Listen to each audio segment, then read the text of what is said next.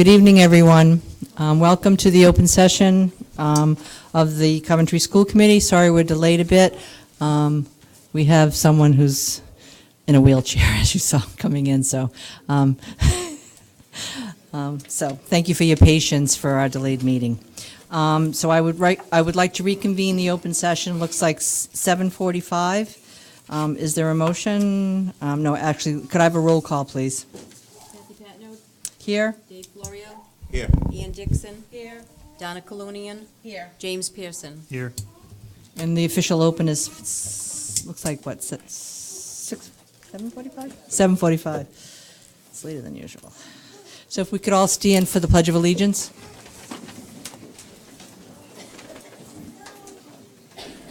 I pledge allegiance to the flag of the United States of America and to the republic for which it stands, one nation, under God, indivisible, with liberty and justice for all.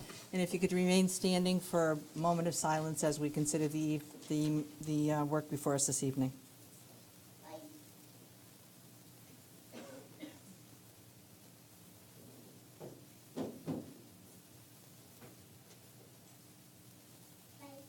You may be seated. And I just want to compliment all the younger students here. When you said that, I heard you so loud and clear saying the Pledge of Allegiance, and that was just a wonderful thing to hear from our young voices. I don't always get to hear that, so I congratulate you on a job well done.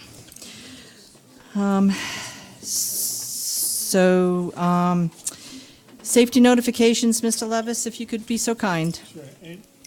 In case of an emergency, there are exits to your rear. You can go out either way to the foyer and take a left or right to the outside, to the parking lot or the front of the building. Thank you, Mr. Levis. And Ms. Member Pearson, if you could do the honors of reading the mission statement for Coventry Public Schools. The Coventry Public Schools, with community partnerships, educate, inspire, and motivate students to be lifelong learners. Thank you. And just to notify the public, the school committee met in executive session at 6:30. And I'd like to announce the votes. We approved the minutes for our executive session, and we also had a unanimous vote, 5-0, to uphold a decision that was brought to us, an appeal. And I believe that's it. That being said, is there a motion to seal the minutes of the executive session? Madam Chair, I make a motion to seal the minutes of the executive session. I second the motion. All in favor? Aye. Aye. Chair votes aye. Any opposed? The ayes have it. Motion carries 5-0. Moving on to the approval of our open meetings minutes, is there a motion? Madam Chair, I make a motion that the records of the executive session be kept closed pursuant to sections 42-46-4 and 42-46-5. I second the motion. Any questions from the committee? Hearing none, all in favor? Aye. Chair votes aye. Any opposed? The ayes carry. Motion carries 5-0. Mr. Pearson, did you have a question? I thought we were approving minutes. That was the sealing the minutes motion. Oh, I'm sorry. No, we sealed the minutes, the first motion. Oh, he read it again? He read it again. Oh, Yeah. you meant to, you Okay. sorry. Okay. We did that twice, so. Okay, Madam Chair, I make a motion to approve the minutes of the open meetings of 5/16/2018 as presented / amended. I second the motion. Any questions from the committee? Hearing none, all in favor? Aye. Chair votes aye. Any opposed? The ayes have it. Motion carries 5-0. Thank you, Mr. Pearson. Thank you. Moving on to personnel, which is our reference number 2. Mr. Levis, did you have any comments to make? No, just as stated.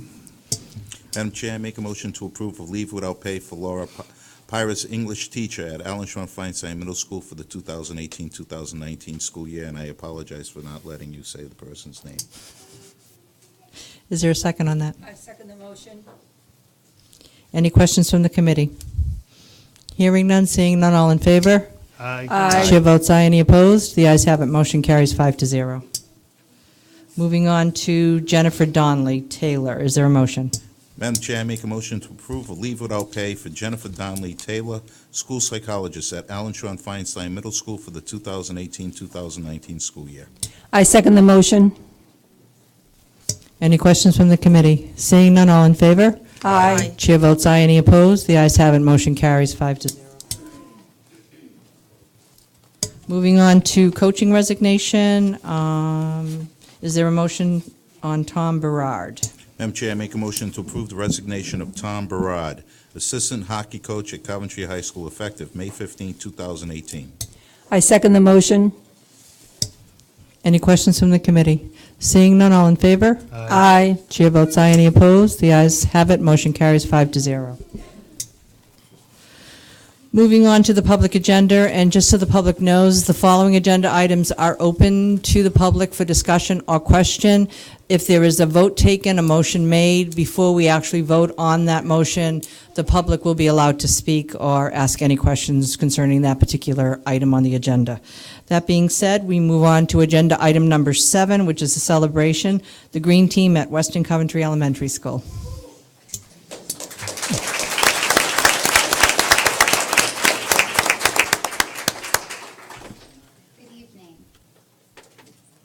Good evening.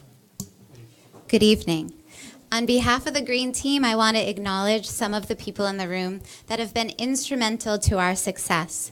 To the Green Team families and parents, thank you for supporting your children, driving them in early to school, bringing them to each after-school or weekend event, and listening to them and their ideas. I am sure they have come home with some interesting challenges, like the most recent plastic boycott to raise awareness of how much plastic comes to mind. As you will hear this evening, this experience has meant a lot to them. Thank you for supporting them in this. I would also like to thank Tiffany Morency for being my right hand and helping to support the mission of the Green Team throughout the year. Jen Coxon, thank you for... Yes, thank you.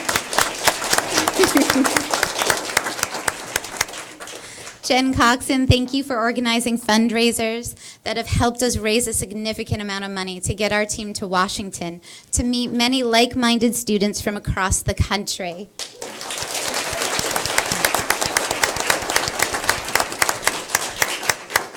We are so excited for this amazing opportunity. Mrs. Anzalone, we would like to thank you for your continued support throughout the year and for helping us to realize our goals. You are an integral part of helping us spread our message to the community, as well as other countless tasks, like opening the building on a weekend, scheduling times for us to meet, and listening and advising us along the way. Thank you, Mrs. Anzalone. I would especially like to thank Barbara Cesaro from the Rhode Island Office of Energy Resources for being here tonight to support and acknowledge the work of our Western's Green Team. Thank you, Barbara.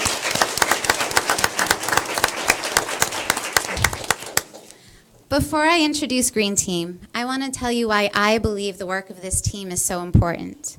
As a science educator, I have taught students about the global impacts humans have made on Earth's systems. In our busy lives, we tend to be careless and do not always think about the impact of our choices. And it's easy to overlook the Earth's problems if you don't see them. However, in the science classroom, when we've toured the Great Pacific Garbage Patch, and we've seen the plastic bags littering the coastline and integral parts of the food chain dying because of the choices made by humans, it's hard to turn a blind eye and do nothing. Some of the students standing before you tonight are passionate about educating others about some of the issues facing our planet. They are passionate about doing more, making better choices, and are certainly ambassadors of our planet. My role as the Green Team advisor was just to educate and inspire, and then stand back and let the students lead the way. The work of the Green Team is the meaningful connection between what we study in the classroom and the real world. Green Team has helped mold these students into leaders and civic-minded, contributing members of our community. Jane Goodall once said, "Every individual matters, every individual has a role to play, every individual makes a difference." I believe every member of this team has made a difference, and more importantly, will continue to do so in all their future endeavors.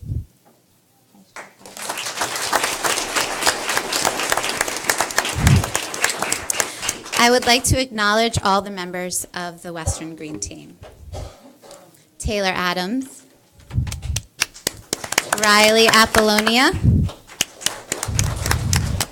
Jillian Barris, Tara Dacey, Marissa Del Pozo, Laura Dion, Victoria Donahue, Claire Fuller, Hadley Coxon, Ava Levitt, Kara Montero, Caden Morency, Delia Mott, Simon Pitts, Brielle Renshaw, Marissa Rizzo, Madison Rose, Skylar Roy, Maya Salvo, Nathan Smith, Madison Soares, Mary Spearman, Ella Spearman, Mackenzie Tipple, Olivia Watt, Lois Weber, Brody Wentworth, Sophia Diorsi, Madeline Sharon. Congratulations, Green Team, on your hard work and dedication, as well as earning Rhode Island Elementary School of the Year and National Runner-Up.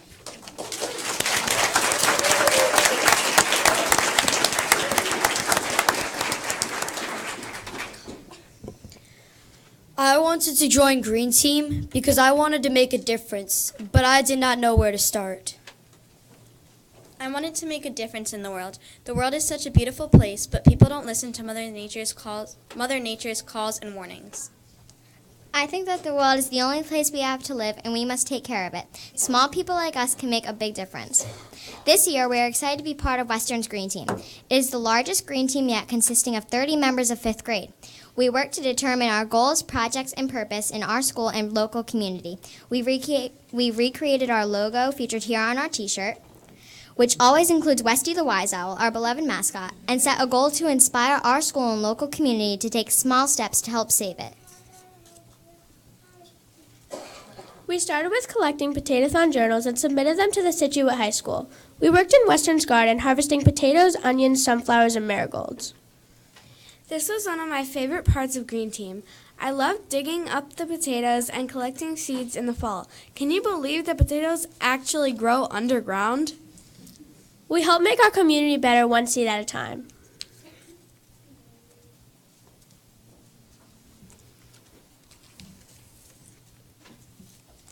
From there we work to learn the science of energy, research energy sources and ways to conserve energy. We held an energy expo to teach our 4th grade friends about energy and why it's important to save it.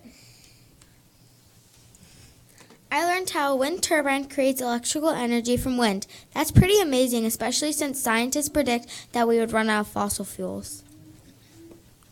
We delivered the first Energy Times newsletter promoting why our community should do their part in saving energy.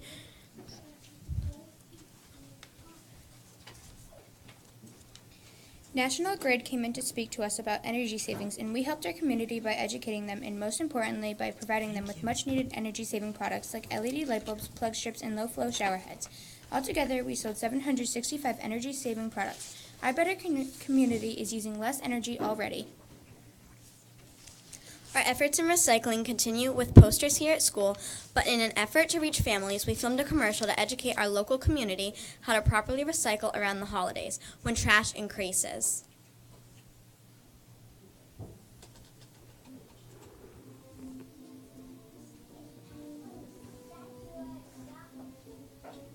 I'm Sophia. I'm Marissa. I'm Nat. I'm Miguel. And we're holly jolly members of Westy's Green Team. When you open up your gifts on Christmas morning, and you might see some of these things, you might wonder, do I throw it away or do I recycle it? Gift bags are really convenient around the holidays, right? But you might be wondering, do I put them in the recycling bin or do I put them in the trash? Well, I'll tell you. Paper bags like this, you can fold up and put in the recycling bin.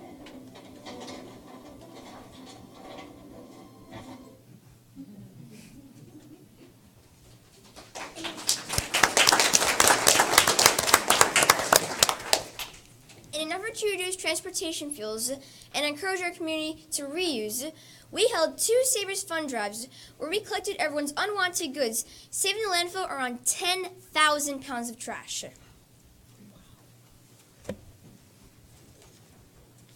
We also wanted to get our message out to as many families as possible and create a Green Act at our school's annual talent show, capitalizing our K-5 families, extended families, and friends. With hundreds of people in the audience, we performed Save It live while a music video played in the back. It was a big hit. I really enjoyed acting in the music video because this is new for me. I never have done anything like this, and I knew that our message would help the environment, so I tried it and I enjoyed it. Skylar was one of the dancing planets, Lois was the Earth, and Laura was the Sun. They had a lot of fun doing this, and they hoped the performance helped our community remember to save our Earth.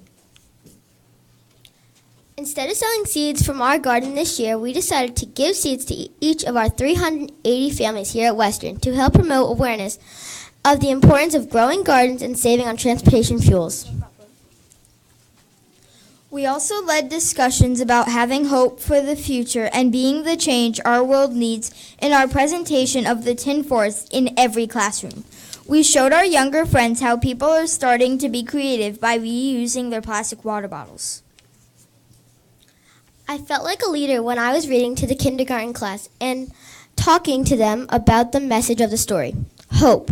Where there is imagination, there is hope. This encourages all of us to be creative and solve some of Earth's problems.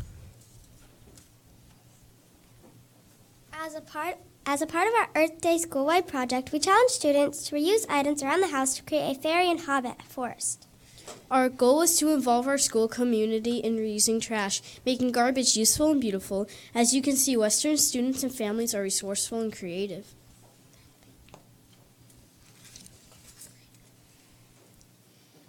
Being a part of Green Team has made me feel good about myself. It made me feel like I can do something to make the world a better place. I believe we should all think about our actions and their impacts on our planet.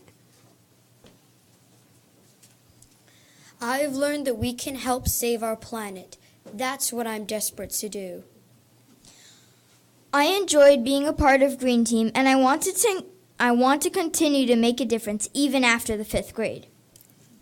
Being a part of Green Team made me feel being a part of Green Team made me feel good, like I did something in this world that will help others. I am proud to be a member of Green Team, and I encourage all of you to make small changes that make a difference too. Being a part of Green Team has made me feel amazing. Knowing that I can help our Earth in so many ways, it makes me feel like I am part of a movement. I would like to tell future Green Team members to never give up, try hard, and always believe, because we are the generation that's going to change the world.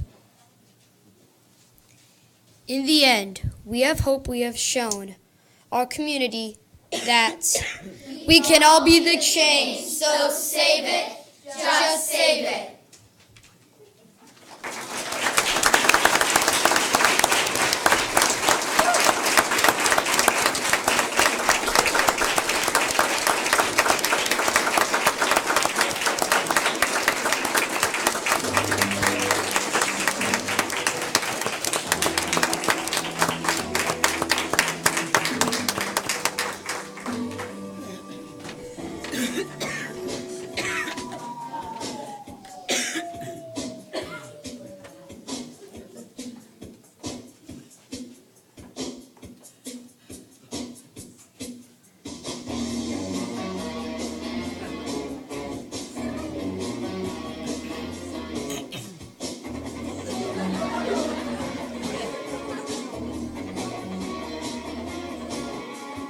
Paper, plastic, cardboard, and aluminum cans.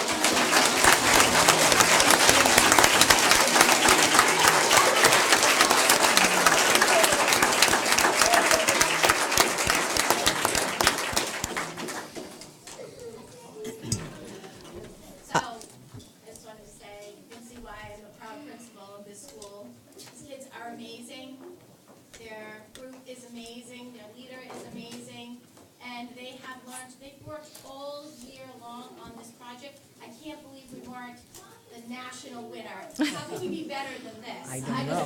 Sorry.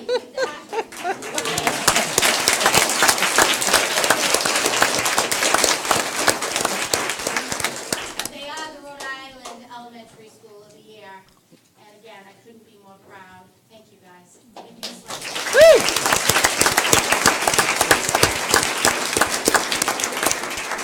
They're coming to Washington. They're going to Washington at the end of month of June, so. All I can say is, wow, you guys are awesome. And you did such a wonderful job, and you're so articulate and confident, and you came up, you know, all organized at the microphone, especially the piece about the generation. You are the generation who is going to save this world. So, I don't want to get teary. I'm going to let the other committee members say something before we let the parents in or anybody else here who wants to say something. But I do want to thank the parents, obviously, for being here tonight. And I know you guys came all the way from Western. So we thank you for coming to Central Coventry here. And I just want to thank you so much. But I'm going to let the committee. Dave? Great work. Is Mrs. Luchka here? Yes. Hi, how are you, Mrs. Luchka? Good, how's Harold? I'm not, well, that's a family member. That's a fan, that's what I thought, good. Very good. Great work, Mrs. Luchka. You like Mrs. Luchka? Yeah, okay. All right, well, thank you very much. Great work. We are proud of you, and the community is proud of you as well. Thank you. Thank you very much.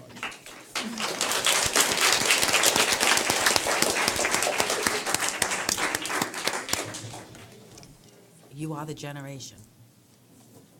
Can you hear me? Okay. You are the generation. You're going to save the planet. And just one little thing, throwing a bottle away where it needs to be thrown and not in the ocean, or, you know, something as little as that is gonna, you know, each person does one little deed and it'll save the planet. So you're the change, be the change, and save it. Thank you. You've done a great job.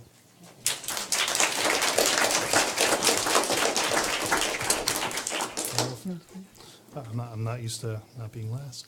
You're already changing the world. You have to understand that. You're not going to change the world in the future. You're doing it now. Everything you're doing is wonderful. And please never lose that sight and that hope that the things you do, the contributions you make as an individual and as a group are having a tremendous impact on our community and in this world. So congratulations and terrific job. You're all great. Thank you.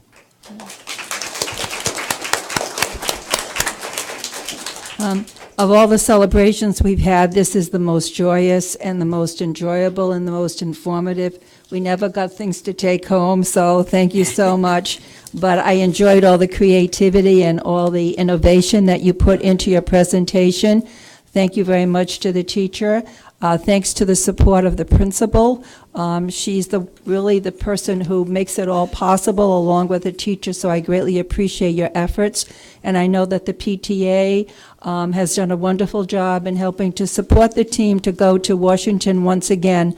So it's really a village out there, and I have to say, since I come from Western Coventry, our streets are the cleanest in all of Coventry, and I know that it's partly because you children are out there working to keep our planet clean and also our community. It starts on our individual streets and then on our community. So thank you so much for all you've done for us, and we look forward to more successes in the future. So thank you.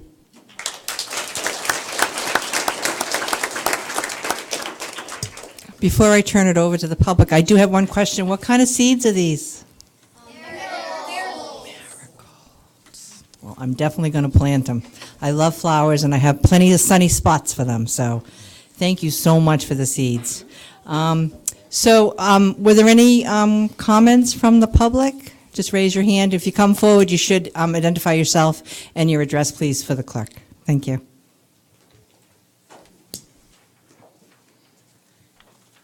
I just wanted to thank Ms. Lichka. I'm sorry if I said your name wrong. Abby says I say it wrong all the time. Sorry, I'm taller. And I'm saddened by the fact that my daughter's in 4th grade, and because Ms. Lichka is on our list of layoffs, that she may not be able to be part of creating what you all have seen tonight. She's my daughter's teacher currently in 4th grade, but she will not have her as a green team leader. So I just wanted to make sure that everyone in the room knows that what you saw tonight may not happen in Coventry next year. Thank you. Oh, I'm Angie Murray, 121 Hill Farm Camp Road in Coventry. Thank you. Thank you so much.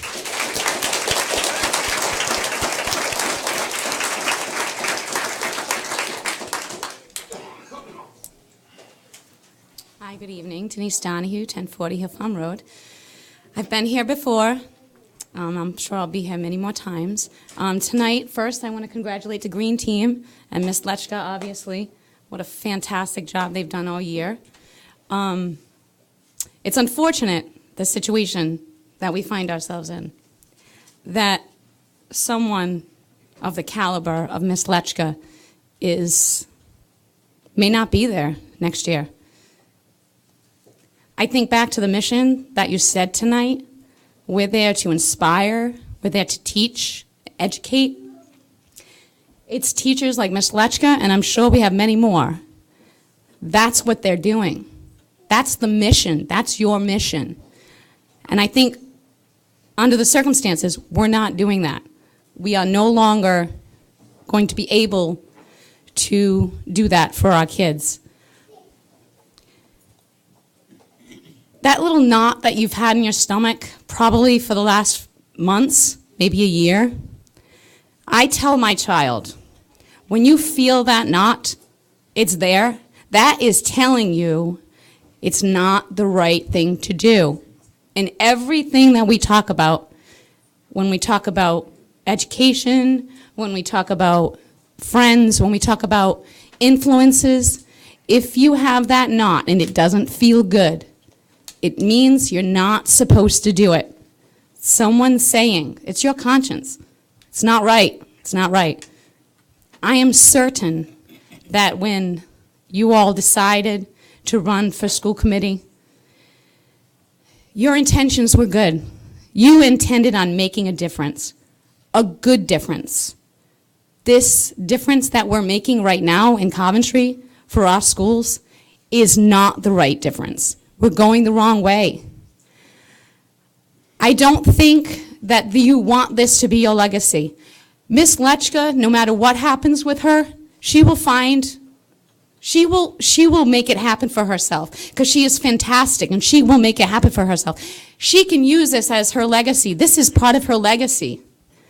I don't think that what we're doing in Coventry right now is what you want for your legacy.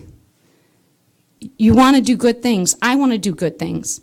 We really need to go back to the drawing table, because losing teachers like this, having issues in the high school with accreditation, this is not where Coventry should be.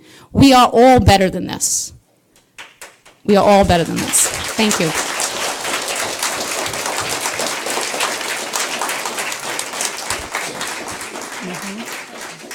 Mrs. Lechka has been a really good Green Team teacher to us, and we hope that she can stay here years to come and teach other kids like she taught us. Could you tell us your names too, please? My name's Tara. I'm Simon.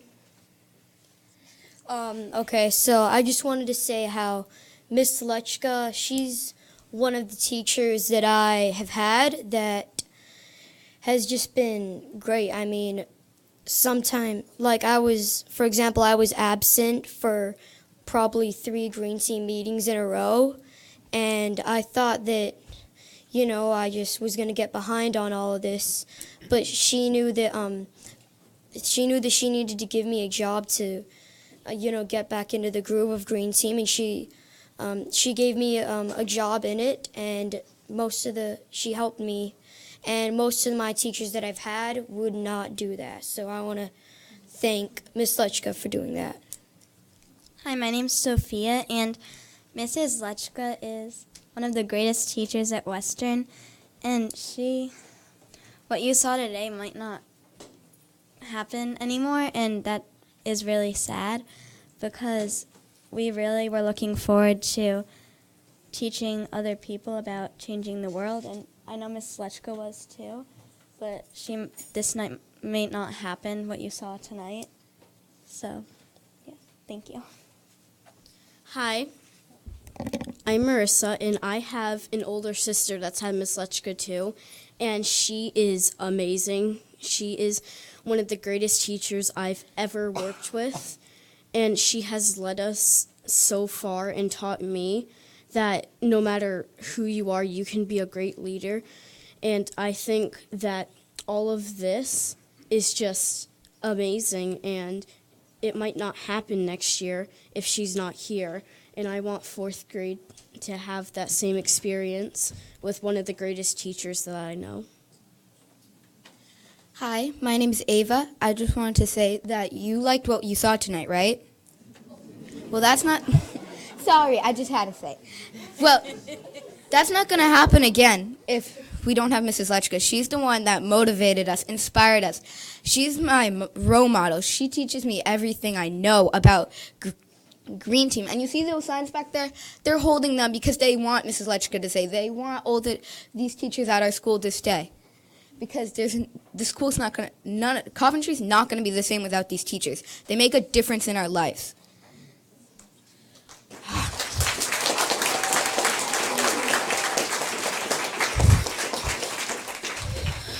I'm Caden, and I just wanted to say that I don't think Mrs. Lechka should be laid off because she's such a good teacher, and that the Green Team won't be the same ever if we don't have her years to come, and that's all I had to say. Hi, my name's Nathan. Hi, my name's Nathan. I wanted to say that Mrs. Lechka is a terrific teacher because she's made our Green Team come so far, and I'd really hate to see this stop right here, like, for her getting laid off. I mean, she shouldn't get laid off. Look how far we've come.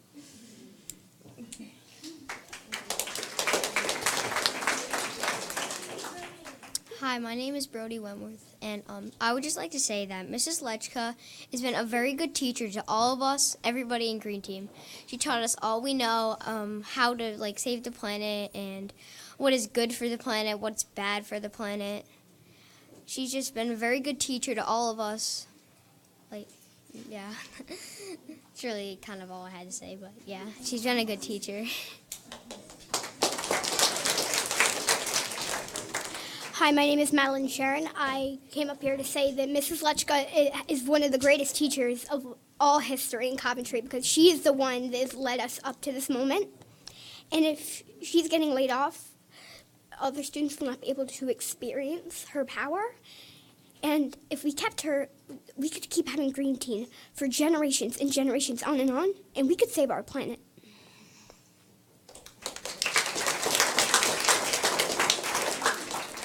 I'm Ella, and I haven't met a teacher like Miss Lechka before, and she's one of the best teachers in the world, and she's taught us so much on what to do in our life, and that there is a difference that we should make, and that we should start the ripple effect, that we should start to save the earth, because we need to stop. She's an amazing teacher.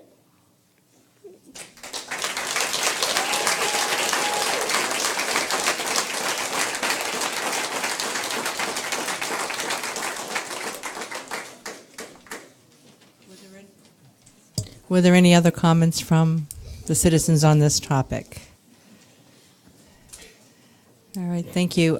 We do acknowledge the signs in the back. We thank you so much for being so strong to hold those up all this time. I'm not sure I could have been able to. I think my 66-year-old arms would not have been able to do that. So I'm inspired by your strength and your passion, and certainly the student responses have been passionate and were amazing, quite frankly.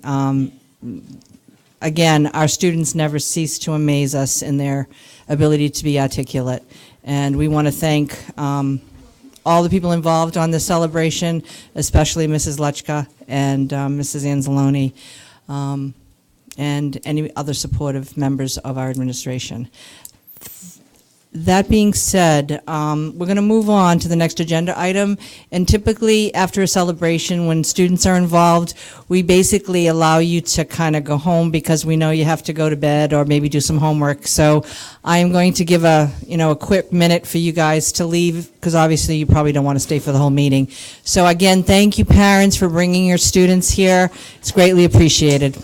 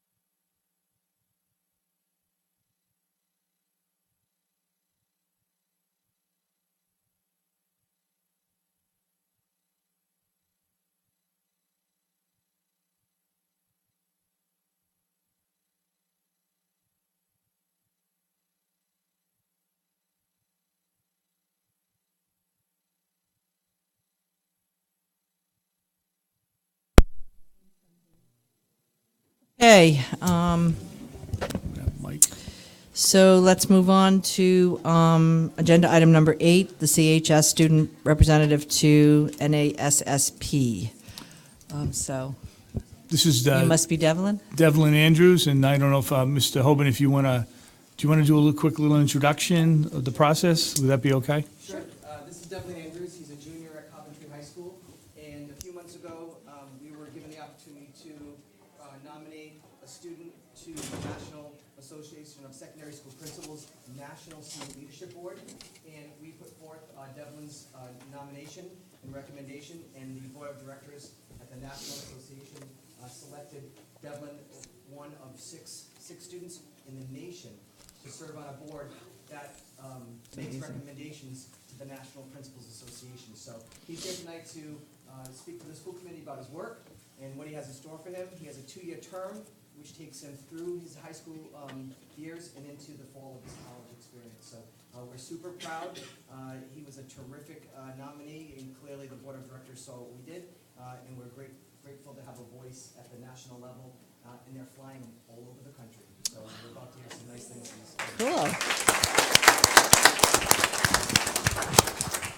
Cool. Good evening. As Mr. Hoban introduced me, I'm Devlin Andrews. I'm a junior at Coventry High School, and I've been in district since kindergarten, so I'm now going on 12 years in the Coventry district, and I love it.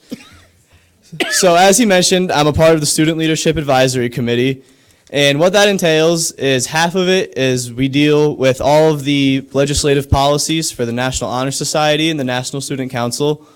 We currently are we're amending their admission process, but the other half is federal outreach and federal advocacy.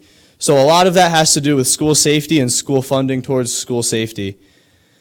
So recently they flew me out there. This was about 3 weeks ago. I was out in DC for the first trip, and it was for a school safety briefing. It was at the Capitol building, which was cool. It's my first time actually going to DC and experiencing the Capitol. It's a beautiful city. I don't know if anyone's left here from the Green Team, but if you guys need any connections out there, definitely let me know. It's a beautiful city. It was a really cool experience, though. I was there for 3 days, and to be a kid from Coventry out there speaking on school safety is a great experience. I mean, I got to meet Representative Ted Deutsch. He's from the Parkland District of Florida. He's there. He still has 2 years left to his term, and he's in the House of Reps. I also got to meet a very interesting superintendent. His name is Dr. Dale Marsden, and he is the superintendent of the San Bernardino Unified School District. He had a lot of great insight to offer on school safety. While I was also out there, we also did a lot of advocacy on Federal Hill, so this was a different trip, and this was on funding, specifically for the Every Student Succeed Act. This is the act that replaced the former No Child Left Behind Act of 2001, I believe it was. And what this act does is there's a title within this act that appointed $1.65 billion to be federally distributed to each state. However, of this almost $2 billion, only $400 million was appropriated for the fiscal year budget of 2018. This creates a lot of issues now, obviously, because the budget's a third of what it was. So what we were doing out in DC was advocating for more of this money. If we saw any of this money, which hopefully our efforts were successful and will continue to be successful, this money is distributed to the states, and then the states divide it based on the Title I formula. So we have a couple of Title I schools in the district, so I imagine we would get a good amount. And then money is also distributed on teacher-to-student ratios, because 20% of this funding must be spent on teacher and professional development. Based on the numbers that we've seen, if the whole budget is appropriated, we'll be getting at least $20,000, which that would give us about $7,000 at a minimum towards teacher education. So all of this could go towards training for AP tests and training for AP teachers, which would then allow for us to have even more AP courses, which we have a great amount. Another thing with that, too, is that I feel like we would most likely get more just because of our VOTEC programs. We have 12 amazing programs that help students get ready for careers outside of school. And we also have our accreditation, as mentioned, with the AP tests. In a couple weeks, I'll be flying out to Minnesota for the association, so I'm very excited to that. I've never been before. There, I'll be attending the National Student Council Conference. So this is about a conference of 7,000 students and another 1,000 teachers and advisors throughout the country and even the territories. So I've met people from Puerto Rico, which is pretty cool. And it's just been a great experience. I've never realized that a kid from small town Coventry could really go on a federal level and try and make a difference and become educated on all these matters.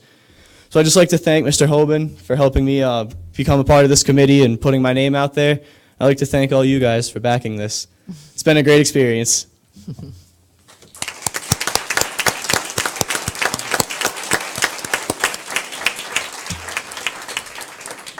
Congratulations, Devlin. I can see why they picked you for this auspicious role. Were there any comments from the committee? We all good? Congratulations. Mostly just congratulations and seize the opportunity, because it's a once-in-a-lifetime thing. So. Anything else? I'd just like to mention, Devlin, I'm very proud that we have such an articulate member of our high school who's representing a very auspicious organization, but also representing our community too. So thank you, and should you need any kind of help, please do let us know. Thank you so much. Were there any comments from the public? Again, congratulations, Devlin, and I'm so glad to see that advocacy piece. Wonderful.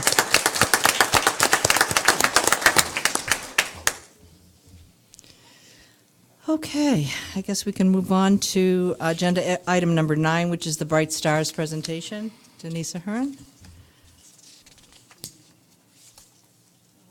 I don't really stand still well, but I'll try that.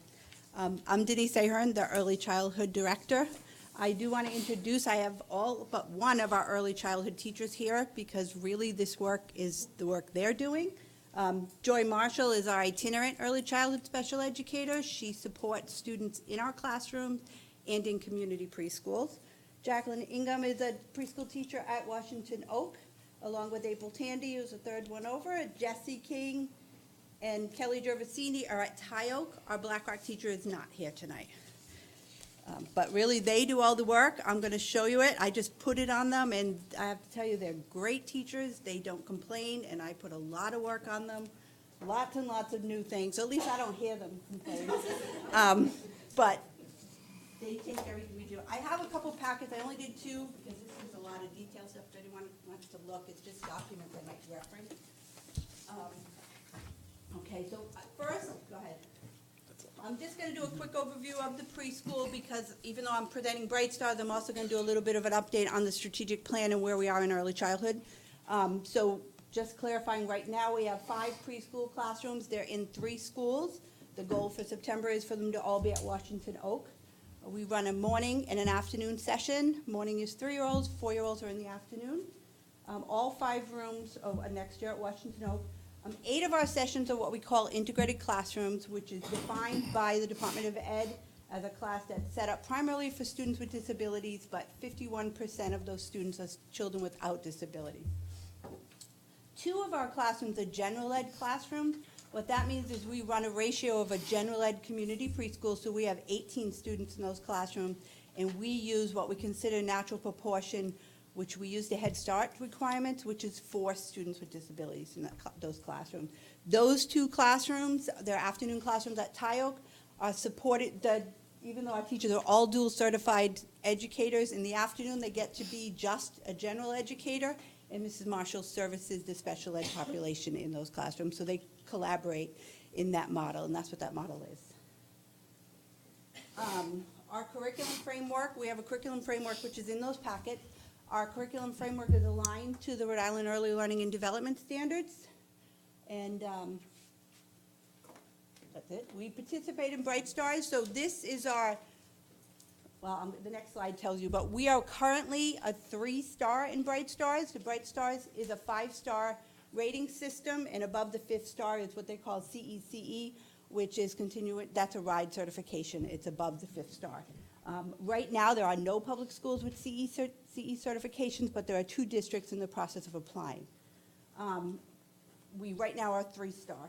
We participate in the Rhode Island itinerant model. So the model that Mrs. Marshall does is the itinerant model where we service in our classrooms in the community. It is a collaborative model where she supports community partners, and she really teaches staff how to work with our children with disabilities. So even though she services them, she teaches them the skill to do it throughout their day. And that's so we're having natural setting for those students, and we're not busing them half a day to our preschool when they have to be somewhere else the second half of the day. So we're servicing where they are and where they need to be.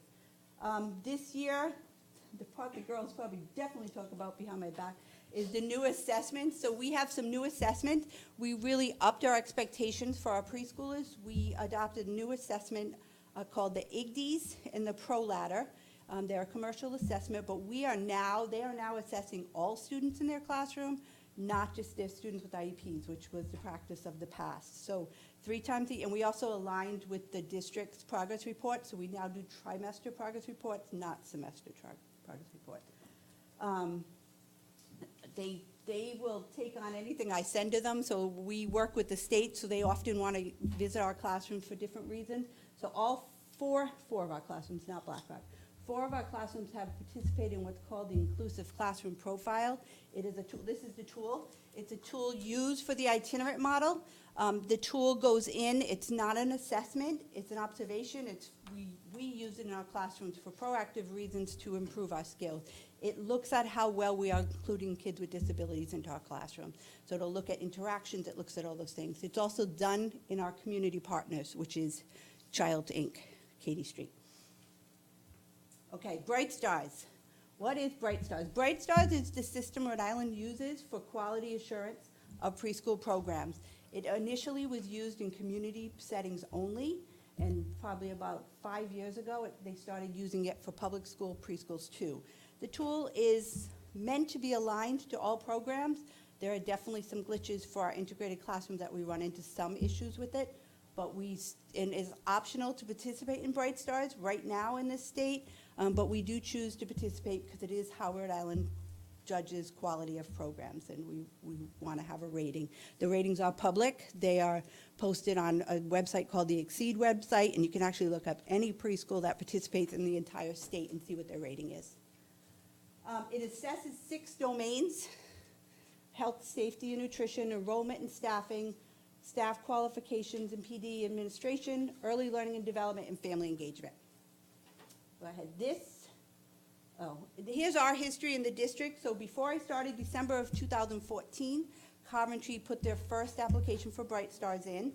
They applied for a 1-star, which is obviously not an ideal star to have. The reason was there was a lot of early childhood race to the top money available. They applied for the purpose of being able to get the grants. They were awarded 3 grants because through this process, every one of our sites is considered its own site. So I had to do 3 applications when we do this, not 1.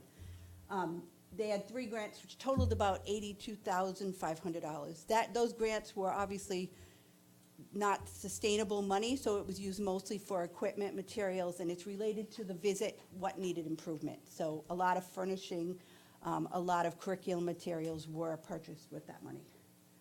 It was delivered when I got here, I had to spend the first round. I never got to have to spend some money quickly and think spending money is fun, but it was not fun trying to do that quickly. In December of 2015, we applied for a star upgrade. So we were still in our first cycle. It's a 3-year cycle every time you apply. And in May of 2016, we did receive our 3-star rating at all 3 programs. Again, they are assessed separately, but all 3 achieved a 3-star. And in March of this year, I just submitted, and they lost it, but they found it again. I just submitted our applications for a 5-star. It is a very ambitious goal, and I'll explain to you why, but we really feel our programs are high quality, and we will meet the 5-star in most categories. We have 1 category that will be a challenge, and that's primarily because of facilities. These are the 10 areas that get assessed in the Bright Stars, and you'll see on the next one I have the sample from the last feedback. The ones highlighted are the ones I'm going to focus on because they're the ones we're working on improvement in. But it looks at learning environment. Obviously, 2, 3, 4, and 5, we are a 5-star already. We already meet the 5-star requirement for staff-child ratio, group size, our teacher qualifications. Obviously, our teachers are fully certified teachers above and beyond what a community preschools have, so we're well above there in leadership qualifications. Continuous quality improvement curriculum, child assessment, family communication involvement, and learning environment are the areas we're working on improving our rating. This is what the rating looks like. I know you can't read this, but that's the 10 categories. So you can see this is Washington Oaks from 2000, the last one. Category 1, we received a level 3. So this is not averaged. You have to be at 5 across the board to get your 5. So whatever your lowest rating is what your star rating is in this piece of it. So we had a 3 in our learning environments. We had 5 in the next 4. Then we had a couple 4s and a couple 3s. I am very confident that we will be 5s across the board, with the exception of that number 1 is our challenge, but we're hoping we will have a good day. Learning environments. This is why number 1 is a challenge. Learning environments is measured by a tool called the ECHRS, which is right here, the Early Childhood Environmental Rating Scale. This is what they used. How it's done is they are going to come out for an unannounced visit to our preschools. They come to 1/3 of the programs on a site. We get a 3-week window, and we are in the window right now for Washington Oaks, so they could show up any day. And we're waiting. Week 1's done. We have 2 more weeks to go, but they will be here for this visit. You can go to the next one, Joy. By the way, the teachers provided all these pictures, and I couldn't decide which ones to use, so there's millions of them in here.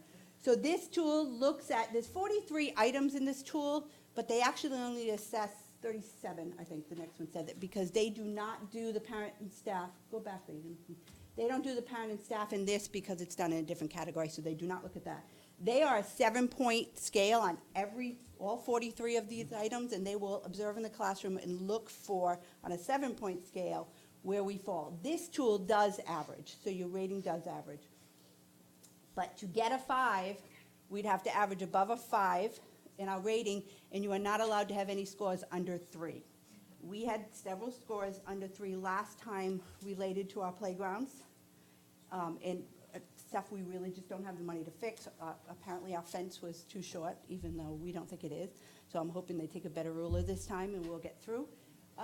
But the fence, we have issues with the bathrooms. Our classrooms are not designed to be preschool settings. So in this tool, when they look at bathrooms, you're supposed to have 2 separate sinks. You cannot use the sink that's used for toileting, for hand washing, for hygiene. So there's nothing we can do about those. What we try to do is get our scores up in those controllable categories, and we'll do the best we can. It is a snapshot. They're going to come one day. If it's a bad day, then we don't get a good rating. If it's a good day, we get a good rating. So this is not the piece I focus on because I just don't feel it's in our control totally. And we're not going to do the extreme washing things, like there's rules to wash the table and wait 45 seconds. In an integrated classroom, that's just not logical to happen and not doable. Somebody will probably be in that cleaning solution. So we pick and choose which categories we're going to focus on, and I have high hopes that we will get higher. I think we'll at least get the 4. The 5's challenging because you can't have anything under that 3, and I'm a little worried about the playground. You'll see in some of the pictures, so the playground requires you to have 9 inches of mulch. Yes, Jason just put new mulch, and it looks really pretty, so I'm hoping they don't actually measure it, because 9 inches, I think we'd lose a child under. But it's not doable to put that much mulch. So there's not 9 inches of mulch there, unless you really dig down really deep. But it's nice new mulch, so we're hoping it'll be good. Other things, so this is, again, is unannounced. It is very stressful on these teachers. Ty Oak is they're reviewing the file right now, so we could get our 3-week window. But now we're running into the end of the school year, so those 2 girls are thinking, oh my God, going to next year. And the reason I did Ty Oak and Black Rock, even though I know the classrooms are moving, first of all, nothing's ever definite, and I also felt that this is a great learning experience for some of the newer teachers to go through and do this process, because it is a learning experience to read. The reports are pretty tough to read. They're pretty intense and sometimes disappointing for people to read them, some of the comments that got put in there and what they look at. But so they do 37 some scales. They do not do the parent and family on this one, and it's a 7-point scale. That's Eckers, and like I said, that's our challenging one. Continuous quality improvement, we were, I think, a 3 last time, or a 4. You have to have a self-assessment. That's in the packet. We have a self-assessment plan. We have a quality improvement plan already, even though it's not required till after your rating. We've had an ongoing one, so we have goals that we work on all along. See the nice mulch? There it is. We took a picture of the new mulch, so it looks good. They will look at our previous Eckers. I had to incorporate that in the self-assessment.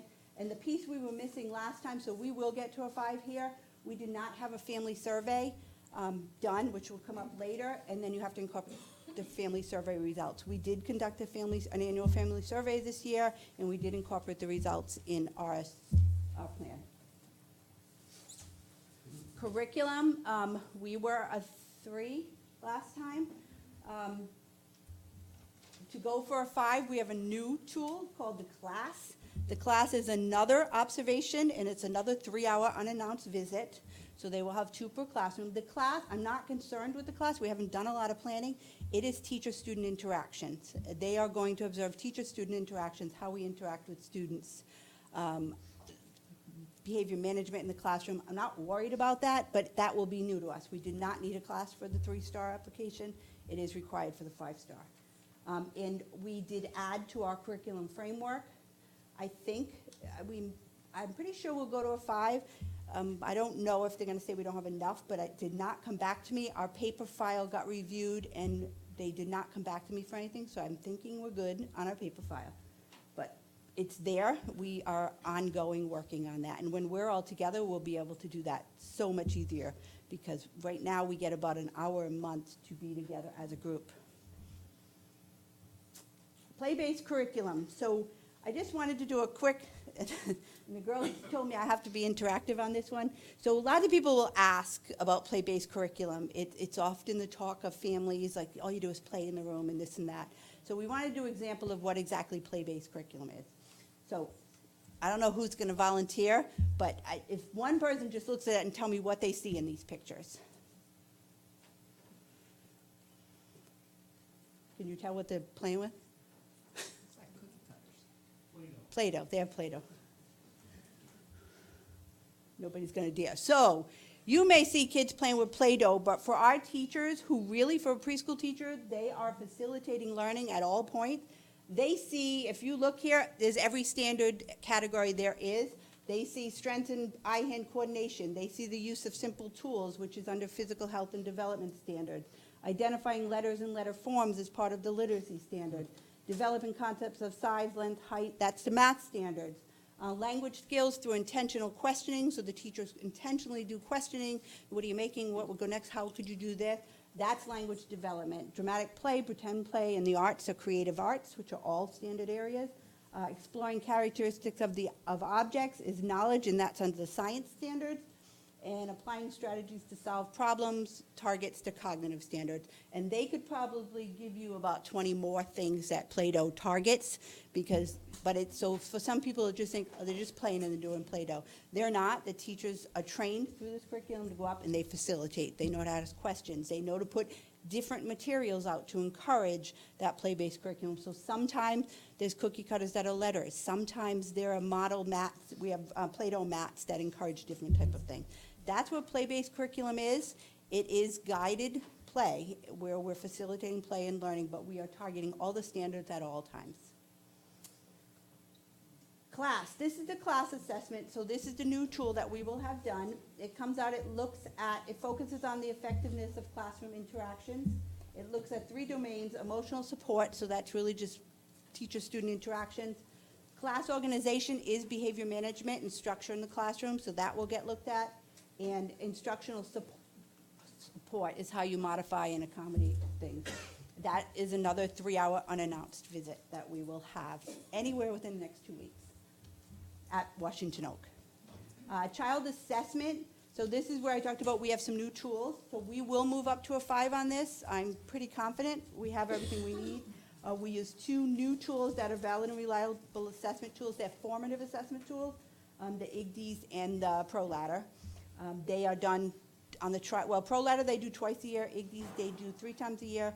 The IGDs are aligned with the MTSS, so it is aligned for intervention support if needed. And we also developed a child assessment summary within that packet, and we developed a district preschool assessment plan, which encumbers all the ways we assess our students. Family communication and involvement.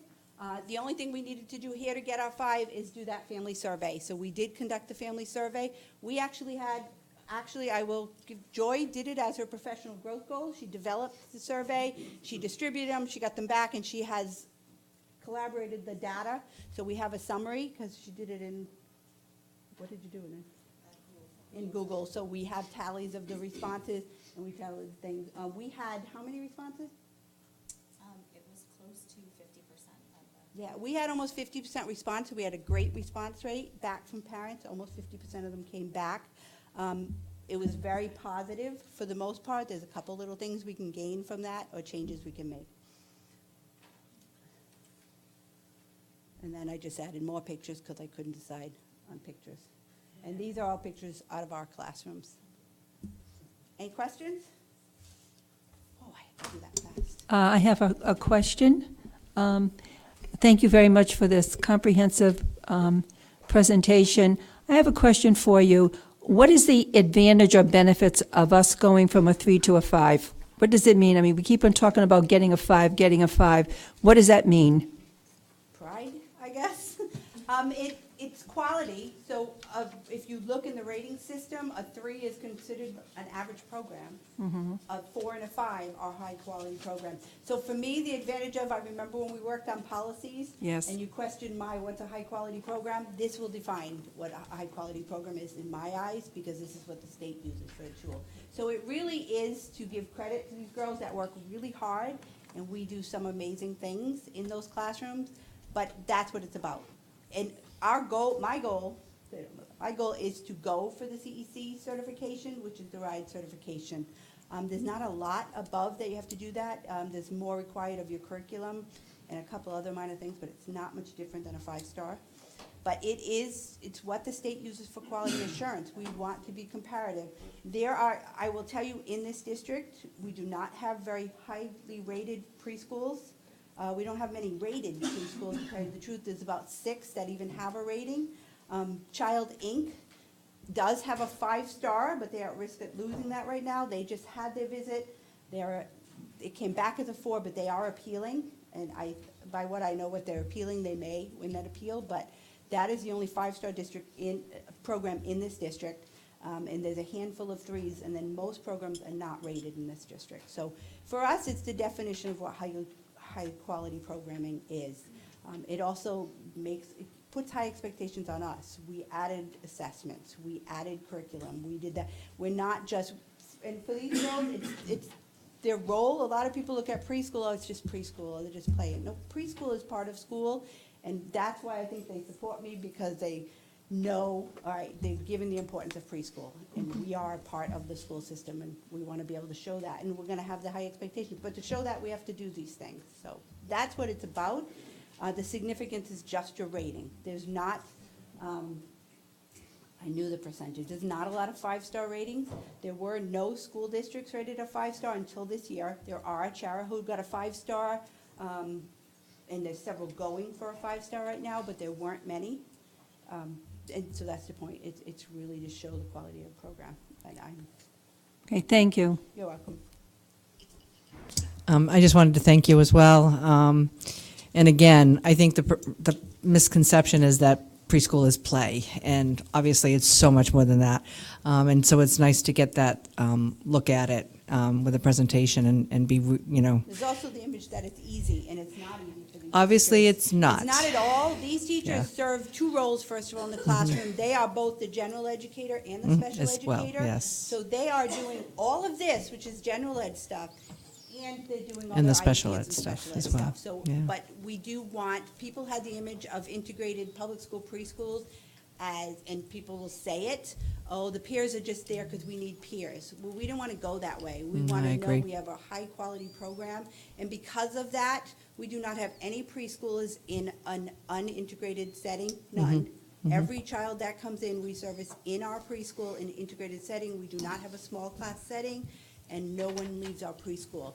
And I will tell you, we have some very needy children that we service within that program, again, with the teacher serving both roles, so. Yeah. And how often do you have to be certified? I mean, how often do you? Bright Stars? Yeah, Every I mean, 3 years. every 3 years. I was curious about that too. And we will, I'm being discreet with Bright Stars, when the programs move, we will have to do a little bit of an amendment at Washington Yep. Oak, because we're going over the 1/3 ratio. When we hit the 5th class, it will require, not all of this to be done again, but a couple Some of parts it. of it. Mm. But Okay, we'll thank wait you. till they notice that. Thank you to you and your team. Obviously, you all love it, so that's great. Any other questions? Yeah. Just quickly, as Denise is wrapping up there, but I think the 5-star to me is, it's like a commended school. Yeah.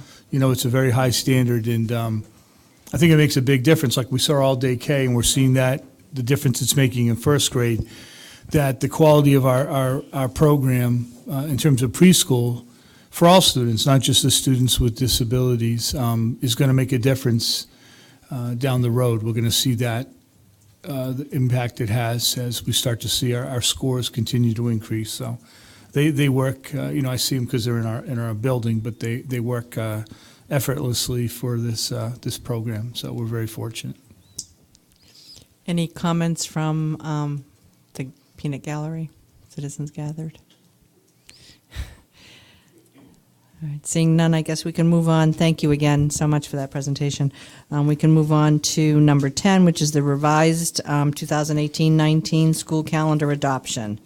Mr. Levis? Sure, there was just we had a week that was copied twice in the calendar that we corrected. We also put in the times for the early dismissals at the high school, And also we did not add the pre-K start date in the calendar, so the start date for kindergarten pre-K is on September 5th. So those are the changes that were made. Okay, is there a motion to move on this calendar adoption? Madam Chair, I make a motion to confirm the recommendation of the superintendent to approve the revised 2018-2019 school calendar as amended. I second the motion. Any questions from the committee? Any questions from the public? Hearing none, seeing none, all in favor? Aye. Chair votes aye, any opposed? The ayes have it, motion carries 5-0. Moving on to agenda item number 11, the gender nonconforming transgender policy, which is our second reading. Were there any comments from the subcommittee? Any questions from the Madam school Chair, committee? Yeah. nothing has changed from the first reading, which was last week. Okay. I have a confession. I wasn't able to reread. I know I read these for last week, last meeting. I wasn't able to do the political activities or the gender nonconforming. I did read the other ones, and I did see some typos or whatever, but I just want to reserve the fact that I might come back to the committee if I see anything from those. I didn't read them really carefully again. So I'm ready to certainly vote on them, but I'm sure we could always change a typo or something, correct? Absolutely. Yeah, okay, so I just wanted to confess that I just did not have the chance to do those two, since we had so much on our plates this time. We appreciate your confession. Yeah. So that being said, are we ready to move on this policy? Madam Chair, I make a motion to dispense with the second reading of the gender nonconforming and transgender policy as presented / amended. Second the motion. Any questions from the committee? Hearing none, all in favor? Aye. Chair votes aye, any opposed? The ayes have it, motion carries 5-0. Moving on to the actual approval, is there a motion? Madam Chair, I make a motion to affirm the recommendation of the superintendent to approve the gender nonconforming and transgender policy as presented / amended. I second the motion.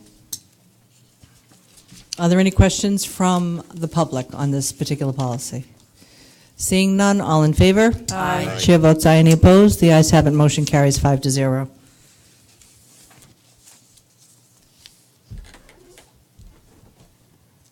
Moving on to agenda item number 12, which is the political activities policy, our second reading. Is there a motion to dispense of the second reading? Madam Chair, I make a motion to dispense with the second reading of the political activities policy as presented / amended. I second the motion. Any questions from the committee? Seeing none, all in favor? Aye. Chair votes aye, any opposed? The ayes have it, motion carries 5-0. Moving on to the actual recommendation to approve, is there a motion? Madam Chair, I make a motion to affirm the recommendation of the superintendent to approve the political activities policy as presented / amended. I second the motion. Any questions from the committee? Any questions from the public? Yes. I'll be loud, I promise. Okay. Kelly Aronakis, 9 Sugar Maple Drive. I just asked you to consider that you have a collective bargaining agreement Okay, that allows the president of the alliance. Ms. Aronakis, I hate to interrupt. Since we're live streaming this, it might be better Oh, yeah, if she comes to the you might not, microphone. yeah, we are I'm live sorry. streaming this, sorry. Good point.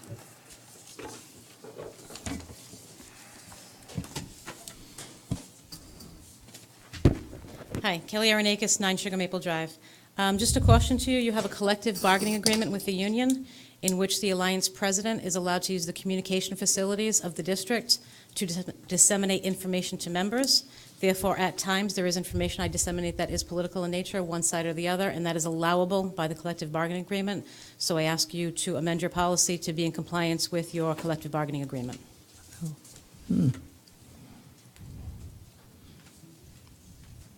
So, do we want to put this back to the, Well, or what are you this thinking? policy is only related to instructional activities, so I don't understand how communication from Mrs. Aronakis would be in conflict with this policy as is, if she would like to clarify her concern. The section of the policy that states that at any time during school hours, it's not about instruction, it talks about staff at any time during school hours. I don't have a copy of the policy in front of me, unfortunately. I have it right here if you'd like to see it and label The lines, I was trying to figure out. Oh, you can't see. Might have been the last paragraph, maybe. Need to read, would you like Dave's readers? Like I said, I confess that was one of them I didn't read. So yes, if you read where the, begins with the word policy. Mhm. If I go to the end of the second line, shall not use public school resources to promote or oppose a political candidate or political view, and shall not, et cetera, and so forth. That would prohibit my right under the collective bargaining agreement to confer with my members.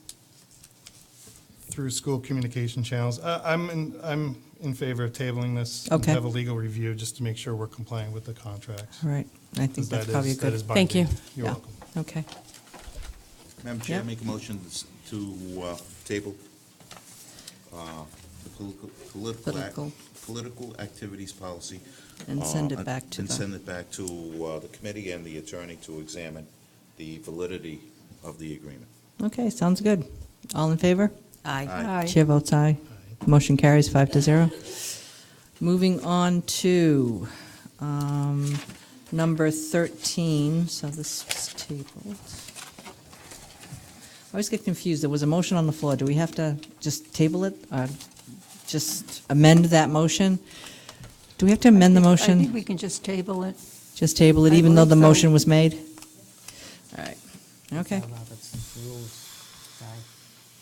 What do you think, James? I think we're fine. Okay. Yeah, we're not super, He's good with I had that. a long day at work. I don't have my Roberts hat on. yeah, I know. Sorry. We do follow Roberts, but we're not Roberts police, so I Right. think they can be a little, I think I don't think we're doing anything illegal per I mean, open if- meetings, I open think- meetings. I think since Mr. Florio motioned to table, That we're okay. We can say he withdrew his motion. All right.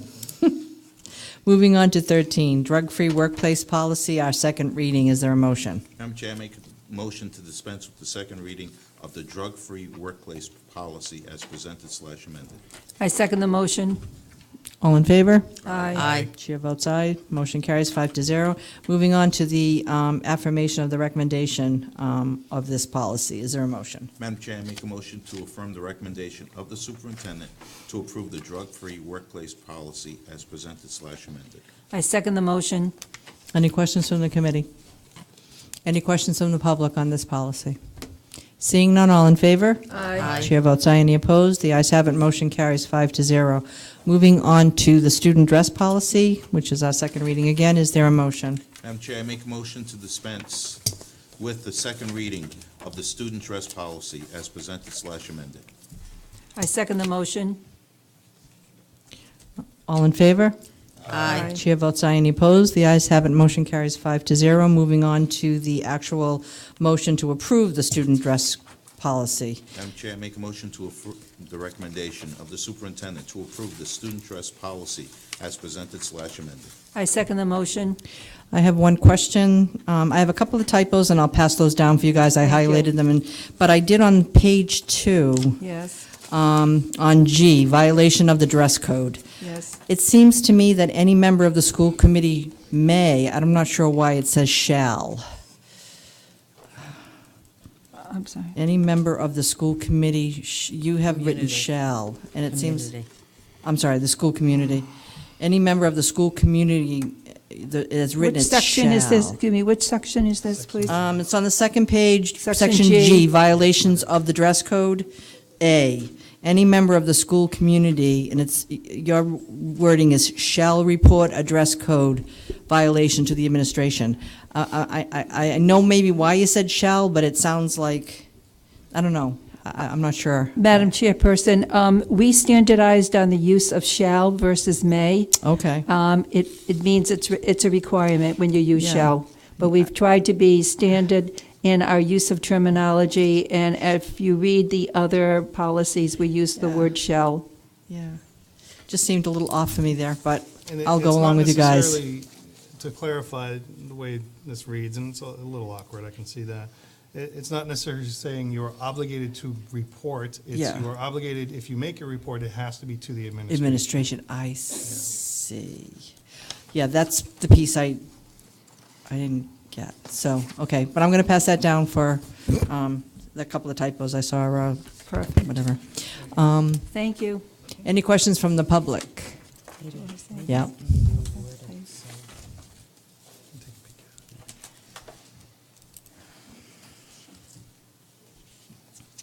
Kelly Aronakis, 9 Sugar Maple Drive. Just one plea. I think that there was feedback from administrators and teachers and parents, and we all said the same thing. The policy includes no flip-flop for students. It's very hard for us to have a policy that is very difficult to enforce. So in grades K through 12, parents send their kids to school with flip-flops on. I don't like when we say, okay, we'll ignore that piece of the policy, we'll enforce this. But if, I'll take the high school, the biggest school, 1,600 kids, you'll have 600 in flip-flops. They will not have extra shoes. We're going to keep them in a side, in a chair for the day. I ask you to please remove the flip-flops because kids in grades K through 12, and all your administrators are here, and they recommended removing flip-flops as well. If we want a policy, we want to enforce it with fidelity. So I ask you to consider that, please. Madam Chair, may I yes, speak to that? you may. The flip-flop issue is a safety issue. We actually even witnessed this at a recent awards night where a student was wearing flip-flops and tumbled down the stairs a little bit. Flip-flops is a safety issue. If there's an evacuation at the school and the children are trying to evacuate the building and run and actually have traction on stairways, grassy surfaces, there is a enormous concern that they could be at risk of causing themselves harm or being in the way of an emergency that's happening at the schools. So while I understand that this may or may not be enforceable, I think we have to take a stand and say this is a safety issue more than anything else. It's not simply we don't like flip-flops because they're not aesthetically pleasing. It's a safety. Someone is going to get hurt, and then we'll be responsible. I know that obviously in the science labs especially, they really shouldn't be wearing open-toed shoes, quite frankly, because of the possible splash of a chemical that could hurt them. Yeah. So I get the whole safety issue, and I think if we throw the gauntlet down and say they're not allowed, then it may take some time for people to get to the point where they follow the policy. But I think once the policy's in place, it would be followed. But that's just my feeling. There's obviously other people who want to speak. I'm going to tell you, as a kindergarten teacher, I have Could probably you about, just, sorry, yeah. Deb Tyree, Vice President of the Union. As a kindergarten teacher, I think this is going to be pretty impossible to enforce. I mean, our school nurse is very busy. Our secretaries are very busy. We're going to send, I don't know, 95% of my class wears flip-flops to school every day. And we're going to send them up to have their parents get out of work to drive here to bring their kids regular shoes. That doesn't really make a lot of sense. I think it's an advisement. I mean, we certainly encourage them because, of course, they do go out on the playground and do other things like evacuate a building. However, I evacuate a building in heels. You're going to make heels not part of as part of our dress code because it's dangerous for me to run in heels. No, you take them off. You run. You do what you have to do in case of an emergency. So while I agree with some of the premise, I don't agree with all of it, and I think it's going to be a tough policy to enforce. Thank you. Thank you. I think there's other people there. John Kelly, 39 Remington Farm Drive. I think if we're going to go by the standard of safety for flip-flops, as Ms. Tyree just said, the only acceptable form of shoe at that point would be sneakers. Yeah. Heels won't work. Loafers won't work. Teachers are put in a very difficult position to say, as written, we want to follow it, but it has to be done in a way in which it's livable for everybody. And I think at that point, it's just not. It's not practical. So, thank you. Thank you. More people coming forward? Yeah.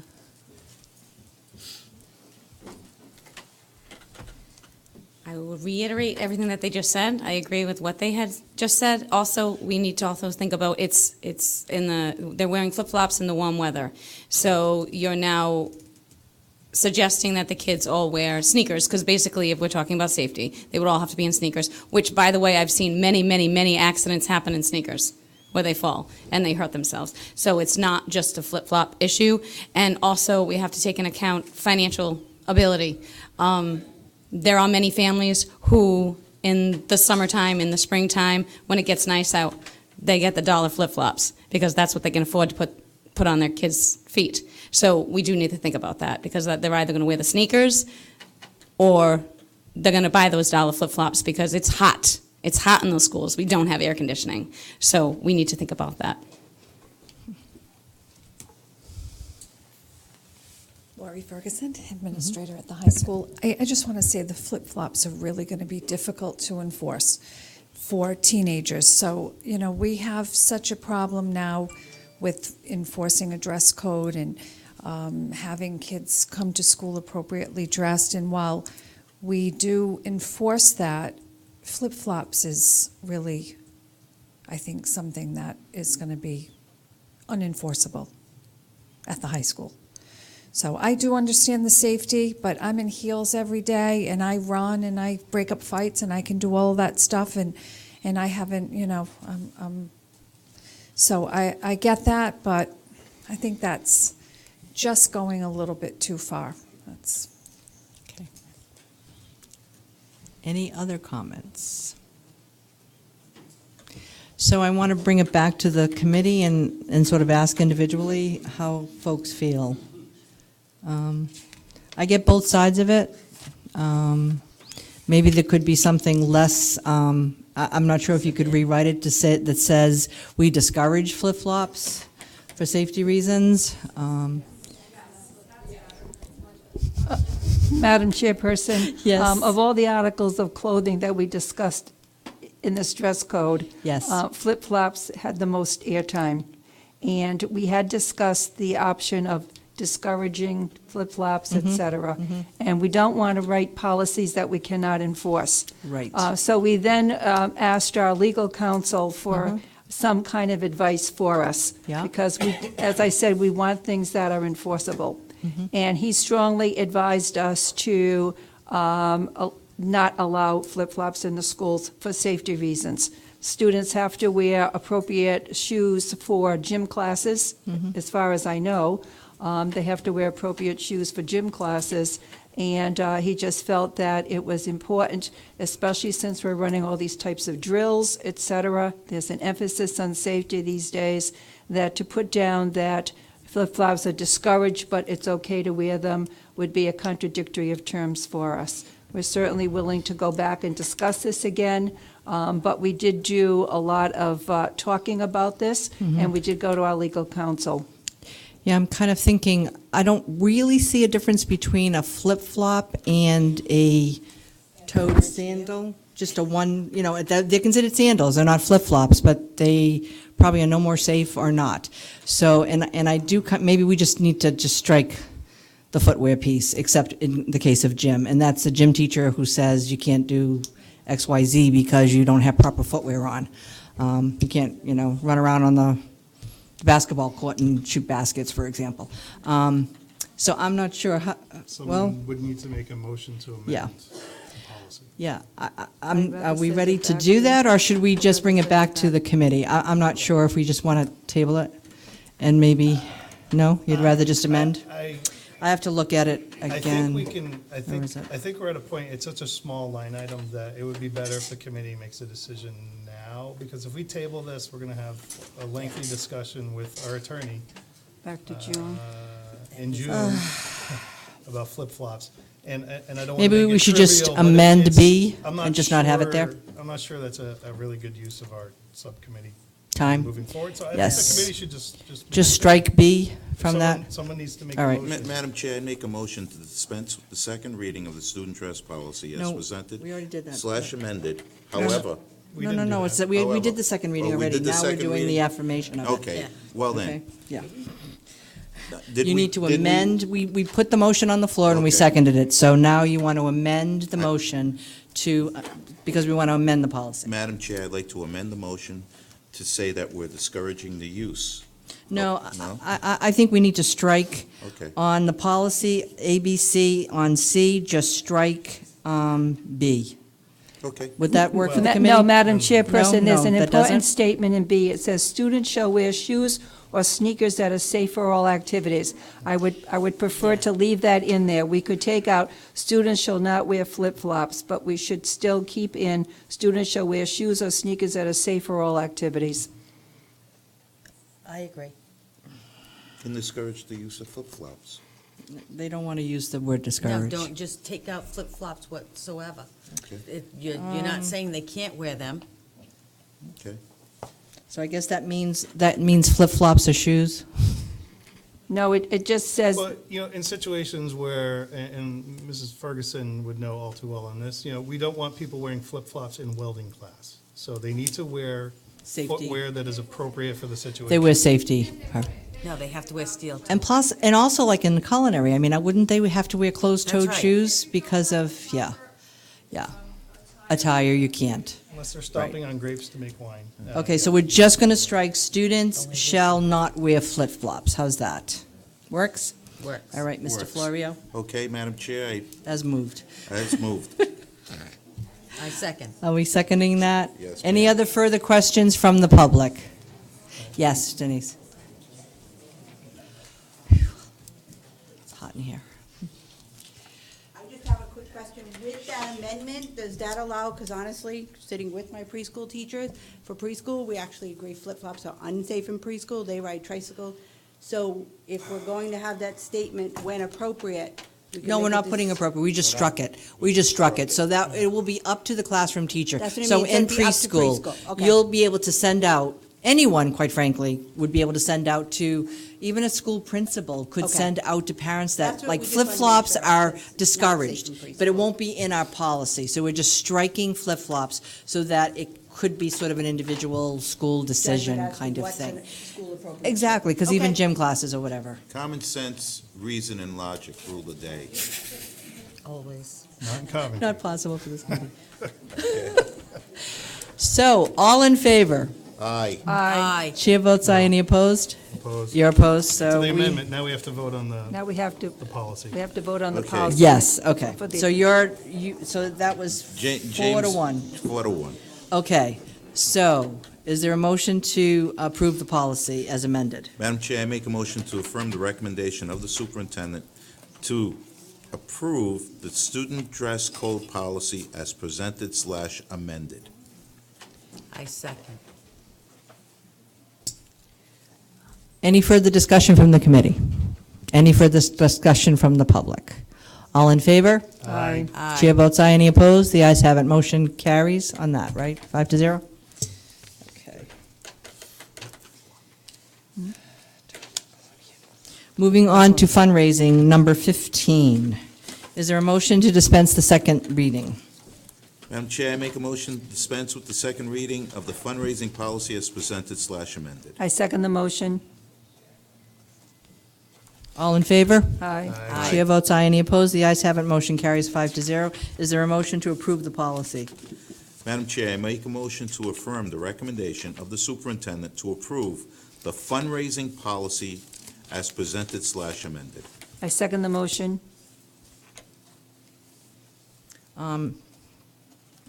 So I do have a question on this policy, to start. I had a couple of typos that you guys can look at after. On distribution of fundraising materials, I think it was on page 3 at the bottom. I understand why we don't allow, like, I know this doesn't include PTA and stuff, this includes actual school-run fundraisers. So how would a school or a principal get fundraising materials to students if they can't hand-deliver it through students? I'm not sure how that could happen. Oh, I'm wrong then. Oh, does allow. I thought it said does not. Whoops. Okay, so that answers that.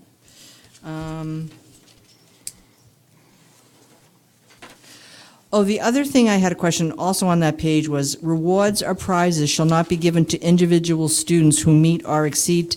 Could teams get a prize? I wasn't sure if teams could, so teams could, so it's just individuals. Because I know that oftentimes teams do. So Okay. I think we didn't discuss that, but I think so, the way it's written. And the other things were just spelling errors. Oh, no, whoa. Yeah. Madam Chairperson, we did not really discuss teams. We were Oh. focusing on individuals. Yep. And I'm going to have to think about that. I would say teams would not be awarded prizes either. But that's not in here. But it's not in here. Wait a minute, each team or group shall have only one phase of fundraising activity. No, it's this, it's rewards. It's page 3. We have Yeah. page 3 rewards. Yeah. The policy doesn't specifically state that a team cannot get an award. So we could just leave it, so they could, basically? I would recommend we do that. Okay. All right, any other questions from the committee? Anything from the public?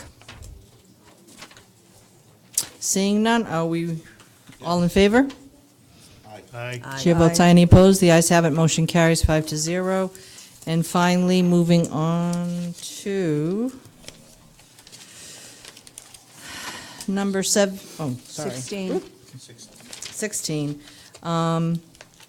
Where's the drug-free, do we already do that? We already did that. Behind myself here.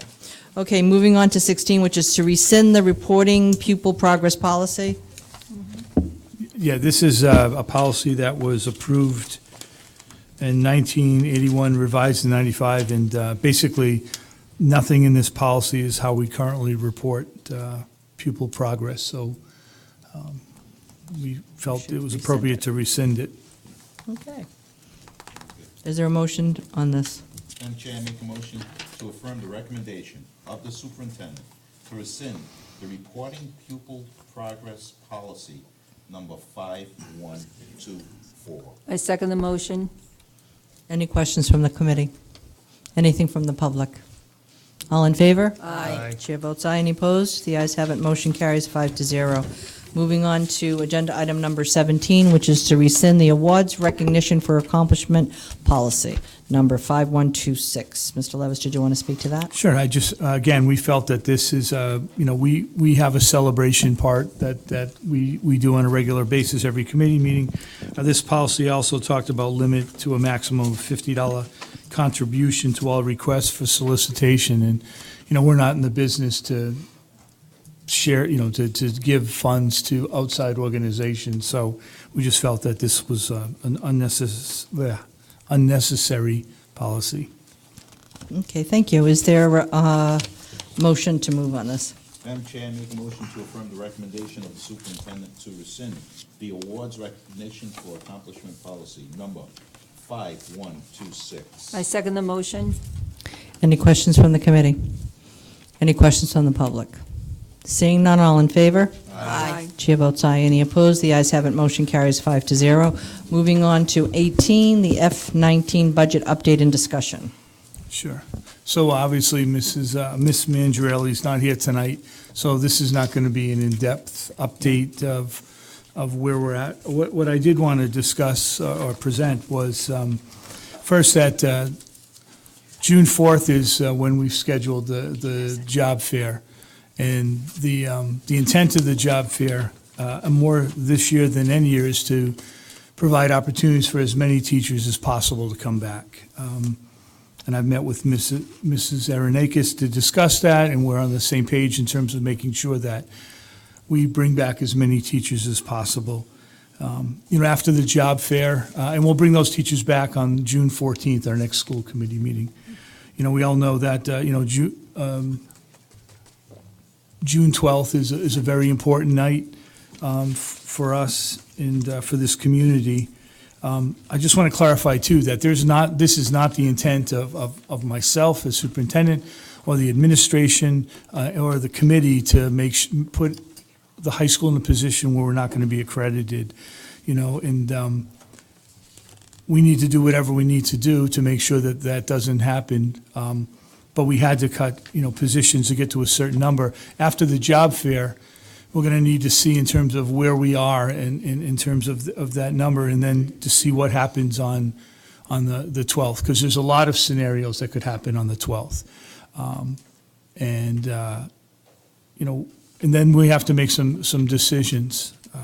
And hopefully those decisions are that we can bring more teachers back and, put the community at ease. But, I think this is a time where we have to rally together and support. It's very easy, and I don't go on Facebook except I looked at our own Facebook page, but I hear so much misinformation out there and a lot of divisive, type of behavior, and I think it's important for us to really rally together, and it goes back to that question about the quality of education that, forget what people want, but this community deserves, and so we're hoping that that people support that, when we know this is not a quick fix.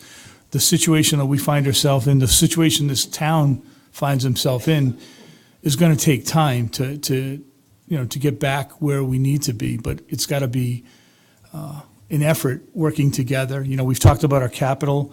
It came up a little bit tonight with Mrs. Ahern about the facilities. And we said, again, our budget doesn't do anything to address the facilities needs that we have. But I still have hope that we'll get together, we'll work with the town council, and we'll come up with a long-term plan that we can collectively articulate to this community. And I feel that's what we need to do with the financial situation. Because we have to do something, and we have to really address it long-term.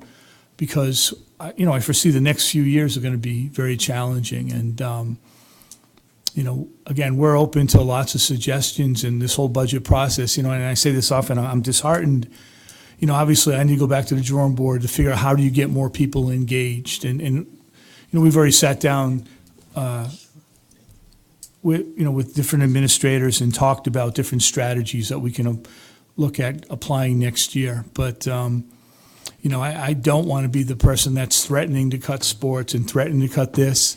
And I don't want them to become a reality. I just want to reiterate that I believe if you give people honest information, and if they trust you, and if they trust us as an organization, that they'll make the best decisions. And I still want to believe that. So hopefully that, again, on June 4th, that it works out that we're able to bring back as many people. We have had some additional leaves.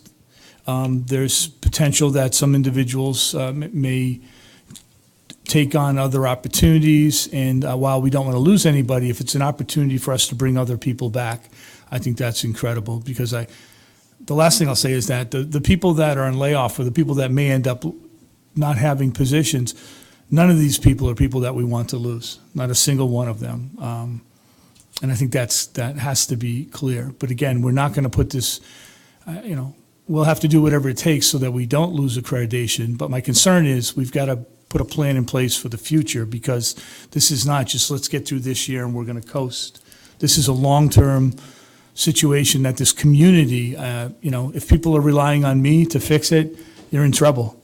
This isn't going to happen. But I'm willing to partner and work with as many individuals as possible, and I think we are trying to do that. And we want to salvage. And right now, we're trying to make it so that no programs are going away. There may be some challenges. I have a couple of meetings coming up to figure out how we're going to address some of the challenges, but we haven't eliminated programs. It may be more difficult to get some type of resources, but we need to start. We're talking, and I'm talking from a deficit position. We really need to focus on all of our strengths. And I'm already hearing rumors. I was in a meeting with a parent earlier tonight who said, there's a lot of rumors out there, and one parent was going to put their child at Prout, and this is when we need people to pull together in a community. I hear that there's 6 applications for Pontigansett in the guidance, and that's $90,000 plus transportation that we'll have to cut. And my understanding is these are based out of fear, not based out of programs. So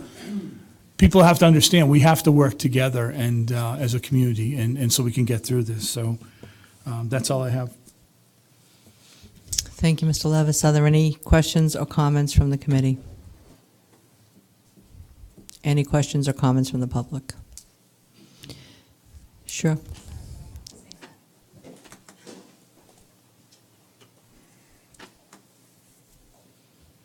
Denise Donahue, 1040 Hill Farm Road. That's a little high. So I just listened to everything you just said. I'm a parent of a child, two girls. I've got one going into middle school, and I've got the other one going to 9th grade. She's thinking about 9th grade. You know what I'm thinking about?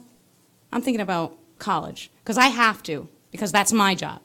It's not her job just yet to think about that, but I need to know how she's going to get there. My whole process is a 5-year plan, is a 4-year plan, is a 3-year plan.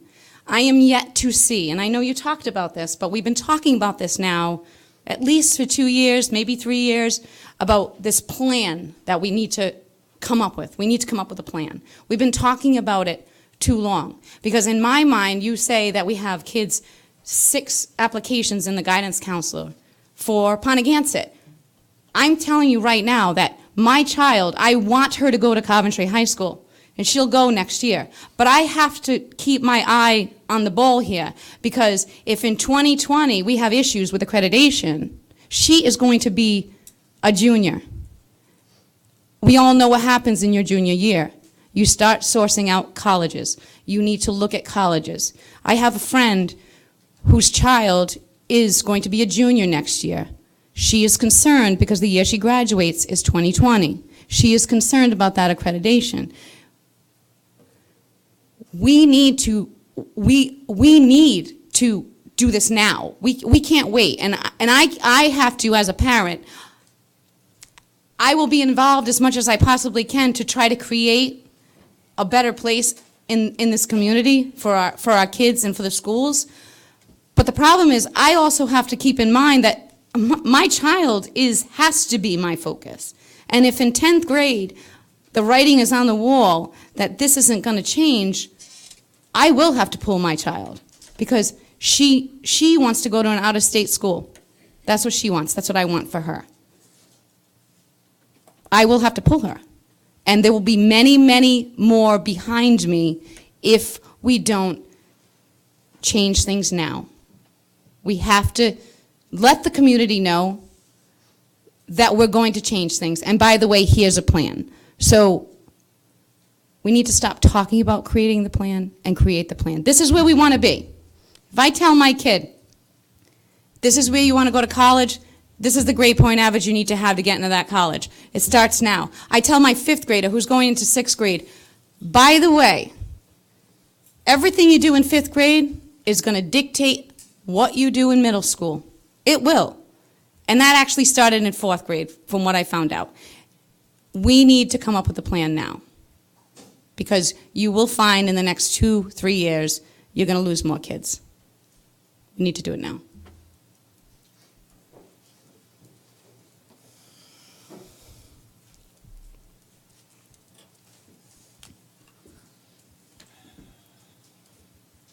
How are you? Luke Murray, 121 Hill Farm Camp Road. I spoke at the last meeting. I'm going to speak tonight because I wasn't going to speak, but I know Denise and I know how hard she works with Jen on the PTA at Western, and you couldn't find 2 parents more dedicated to the school system. So when somebody like that tells me that they would be considering leaving the school system, it makes me fearful as a resident. But I'm here because I know you're tired, and I know this has been draining. I'm going to try to do my best to keep a positive attitude on it. I encourage parents to do the same, because I've seen this before in the town. I'm interested in being part of the solution. I've put in a public information request, Ms. Levis, you might know, to the school department and the town. I'm asking them to expedite that as quickly as possible. My wife, who also spoke tonight, I believe, she called me. I was at a fundraiser for something. She's the deputy finance director for the town of North Kingstown. She's a smart cookie. I'm not saying we have the answers, but willing to look at the books and say, what can we resolve?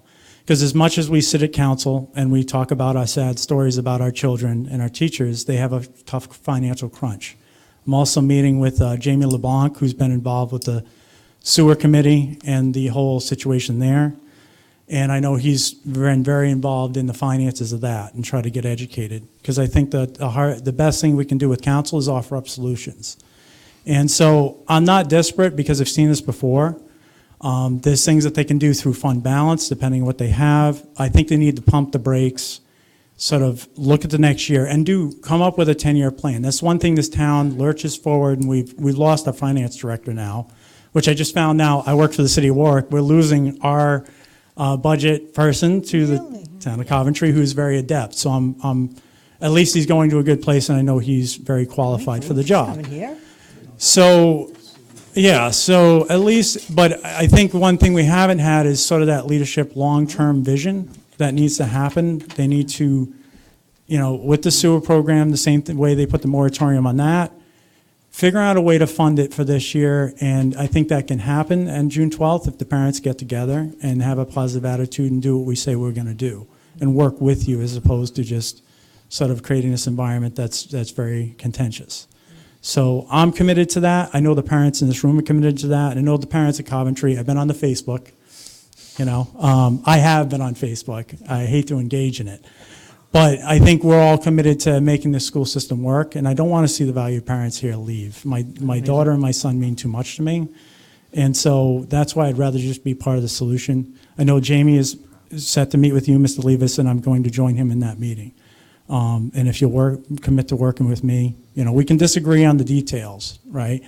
But in the end, it's about the kids, and that's what's really important. So I just wanted to stand up and say that, and also just try to calm things a little bit, because I know things get outrageous. I know you dedicate your time, and every board does, and you're trying to do your best, and I know you feel boxed in on this. Everyone does, the council does. So I think it's important you hear that people are on the other side, from a resident side, trying to figure this out as well. All right, thank you. Thank you. Anyone else? Okay, I guess we can move on to 19. The town council role at CHS graduation. At our last meeting, someone from the public made a request that the teachers at the high school were concerned about the role of the town council at our graduation. And for those of you who have attended CHS graduation, you are aware that there are two processions that come into the Ryan Center. One is led by the school committee and administration. The other is led by the town council members, the town manager, dignitaries from the town. And we proceed to the stage, sit on the stage in our appropriate seats. In addition, I believe the chair of the school committee is typically invited to speak at that graduation, as well as the town council president. So I wanted to make this a public discussion, because that's the only way we can change or decide to do something different. And the request was made to us, so I'm going to throw it out to all of you. I'll start with Dave and say, do you want to keep the present procedure or decide to do something different? Madam Chair, I have to say, I am profoundly disappointed that our budget was cut $357,000 by the council. And we were at the meeting where they cut our budget all night. And every department director had an opportunity to speak and to justify. And we already met with the council many times and spoke and justified the expense from the council to the schools. And I think the whole discussion lasted 10 minutes, if that. And they said, okay, we'll cut the schools $357,000. We'll give them $1.5 million. Everybody agree? Yes. End the story. And then I believe a citizen comes up and a teacher and says, why would we support? Why would they even be considered to sit among students that have been that are valedictorians and honor roll students? What interest have they shown in the schools at all? How many times did Mr. Levis approach them and say, please, sit down with me, I'll explain the budget, and they didn't take them up on the offer. I mean, is the council supportive of schools? That's what I'm upset about. That's my disappointment in the fact that they truly believe that we're not worthy. They don't, it's like they don't care. They don't care. They won't fund our capital improvement budget. They don't care. They haven't gone on a tour of the schools. I don't think one council member has taken up the superintendent and has toured any of the schools to see how deplorable a condition they're in. It's very disheartening, Madam Chair. It's very disheartening as a school committee member to try to work with the council because they're all good people. They are all good people. And they're just trying to do the best they can. But we're the voice of the voiceless, Madam Chair. We're the ones that have to speak up for the children. We're the ones that have to speak to the parents. We're the ones that have to listen to the teachers. We're the ones who have to work with the educators. We're the ones that have to work with our school administration and advocate for them. And it just doesn't seem like there's any respect. So yes, I have to agree with the person that said, the council, why is the council even invited to the school graduation if they're not going to show support for the schools? If they're not going to fund the schools properly?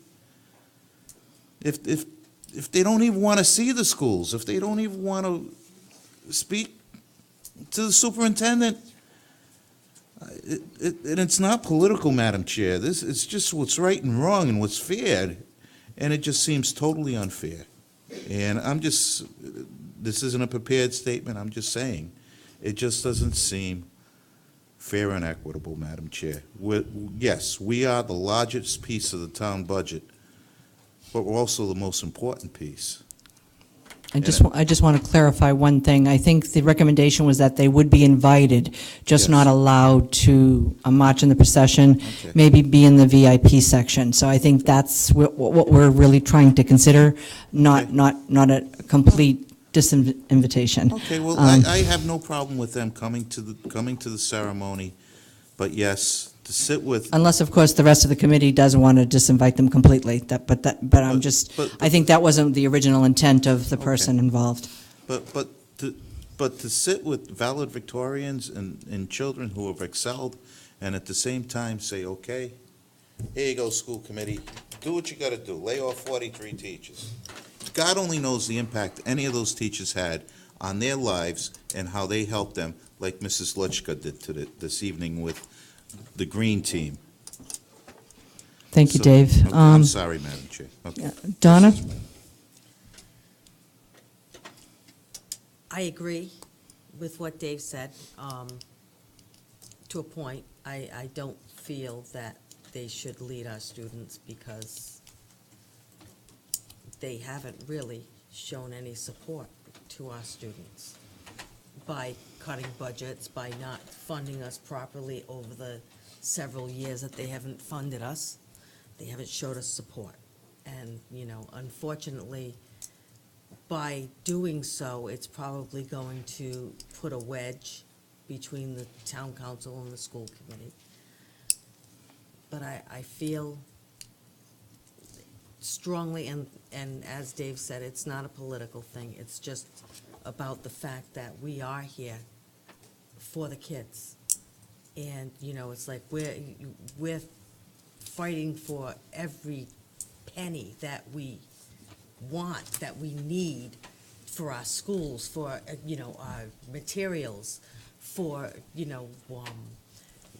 a plow. We got the oldest trucks going, and it's like we have to fight for everything. And, we have the largest budget because we have more personnel, we have more buildings, that's just the way it is. And I agree. I think that, they should not be allowed to lead the procession of students. Okay. Mr. Pearson? Madam Chair, I have a question specifically for you. Sure. Has this ever been proposed in the past? Not to my knowledge in the 16 years that I've been on committee, no. Okay, then this really is political and it's ridiculous. The town council is giving us $1.5 million. I agree the $300,000 is a painful cut that we cannot tolerate. If we did not do this during the Gary Cody, Kerry McGee years when they flat budgeted us for 4 years in a row, Exactly. there is no reason we should be doing this now. All it's going to do is create further tension between the school department and the town. It's inappropriate. I think it's political. It's politically motivated during election year. And consider the source. I've been very vocal about the misdeeds of the town council over the past several months. More than vocal. I have actions completed and pending with the state regarding their behavior. Not all of them, but some of them. But to say that we are going to exclude our town elected officials from a ceremony like this is just, for me, it's a little too much. And that's all I'm going to say on that. All right, thanks, James. Ian? I knew this was on the agenda, and I thought long and hard about it. I understand that the town council has not always appropriated funds based on what we have asked for in the past, and there has been some kind of tough and rocky history. But we do have to remember that they are giving us a sizable appropriation. And I think that it is appropriate for us to invite them to the ceremony. I think it's a sense of creating a community in which everyone feels a part. They need to feel a part of the achievements of our students. Come celebrate with the students.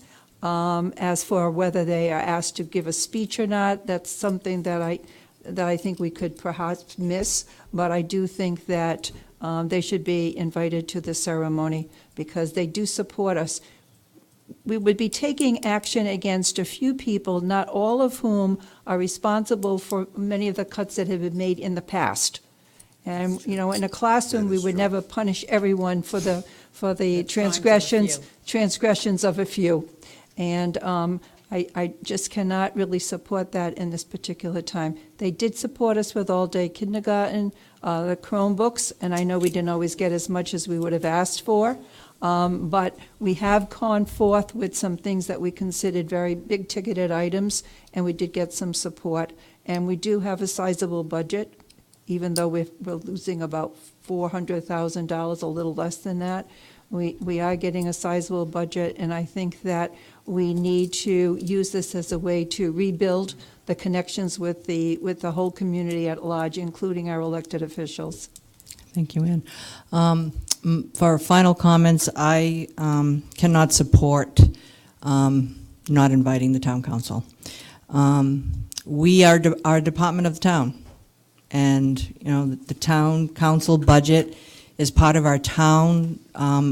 I truly believe, Dave stated, and I will state again, that the people that have been elected to lead on the town council side, I believe, think they are doing the right thing. They're not people that should be punished. They believe and see things that I perhaps don't even see. I'm not going to judge them.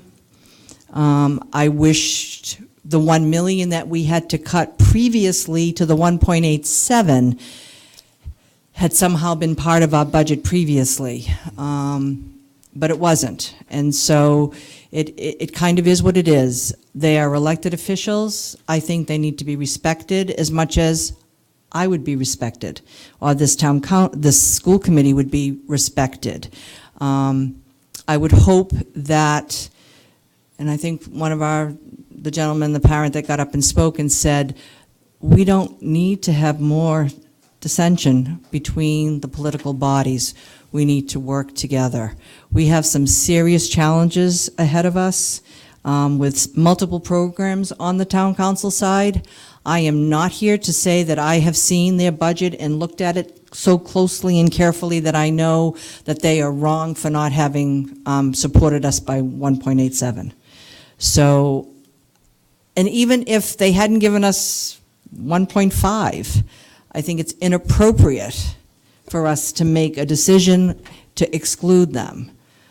They are part of our town, and it has been tradition. So I agree with James that it's a political decision, one built from anger, but believe me, they are not the first town council that has not given us What we asked a for. different shake. We've been level funded multiple times, and this was never considered in the past. And to consider it now strikes me as being a real strike at etiquette for me personally.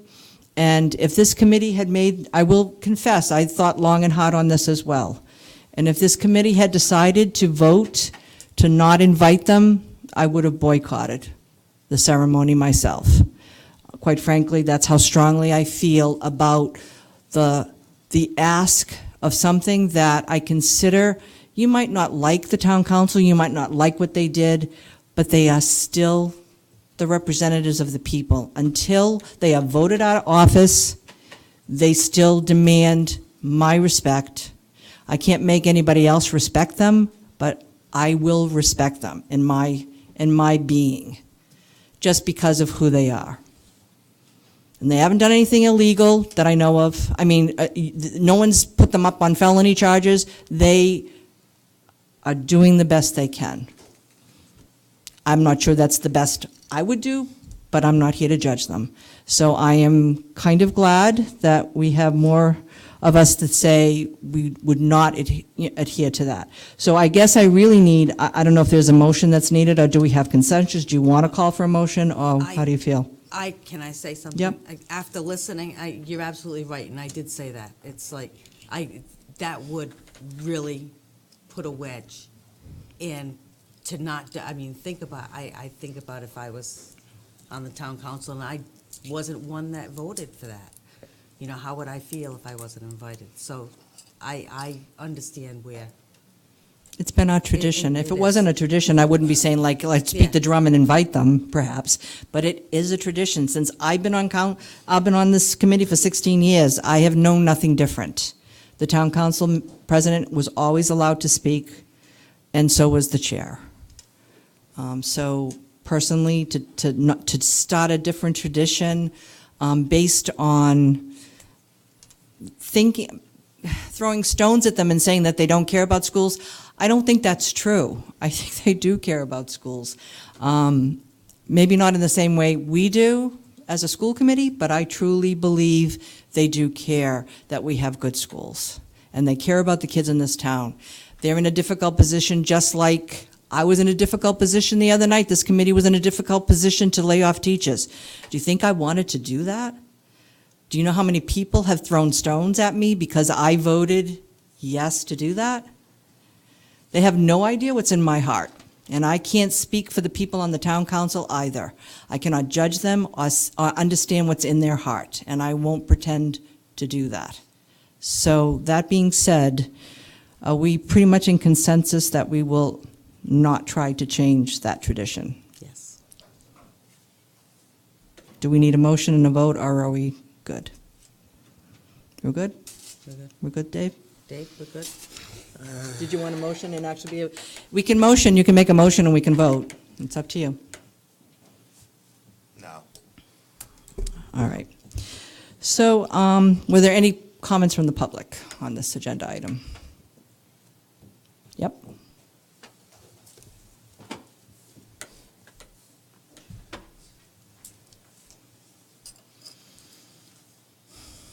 Kelly Renakis, 9 Sugar Maple Drive. I appreciate the deliberation. I'd just like to clarify, because Mr. Pearson said to consider the source. I was the source of that, sir. I don't know if you recall. No, consider the source for my comments about me, not the source of the request. Okay. My request was not political, and I'm going to beg to differ with you, Madam Chair. There was a year in which Gary Cody was president of the town council. He gave a commencement speech, and the commencement speech was embarrassing. It encouraged students that he had only had a sixth grade education and they didn't need high school. Prior to that, there was I a do remember that. commentary by Mr. Joe Butler, who told the students, quote unquote, use is all in a sinking ship. You were there for that one as well. So that has been I put don't think forth I was on that 3 one. times. I never served with Joe Butler. No, but you were around. I might Casey have was read in school. about it. Casey was in school. But she so- wasn't graduating, so I didn't go to the ceremony. So it's the 3rd time that we've said it's inappropriate. This is a day for students. My request is not political because the council consists of both Democrats and Republicans. The request was that to lead the students in, it's to make it apolitical for the graduation. The school committee is a nonpartisan group, the town council is not. There's a lot of anxiety, there's a lot of anger going on. It was to make it apolitical, not to make it political. You have a lot of parents that showed up the last meetings, a lot here. I just think that if they come and lead the students on graduation, I'm fearful that students are going to do protests. You saw what happened tonight when you had a celebration. My motive was apolitical, so it wasn't to not invite them. I never asked of that. No, I know. I asked that they may I not corrected lead them out. I corrected that. So I just think, again, you had a presentation here tonight, wasn't set up, the word's out there, it's negative. I don't want to see the students' high school graduation turning into something political when we can just stop it to say, let's not lead them out this year. Maybe neither group leads them out. Let their teachers lead them out. So it's not about that. It's just about let's not make the kids' graduation political. I'm fearful that it will. If you watch Facebook, if you hear the commentary, there are plans. I'd like to avoid that. That's all. Thanks.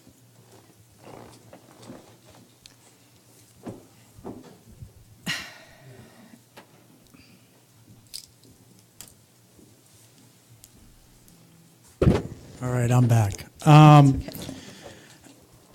Because part of it was used against me here. I don't believe in driving wedges, okay? But there is also a time to take a little bit of a stand.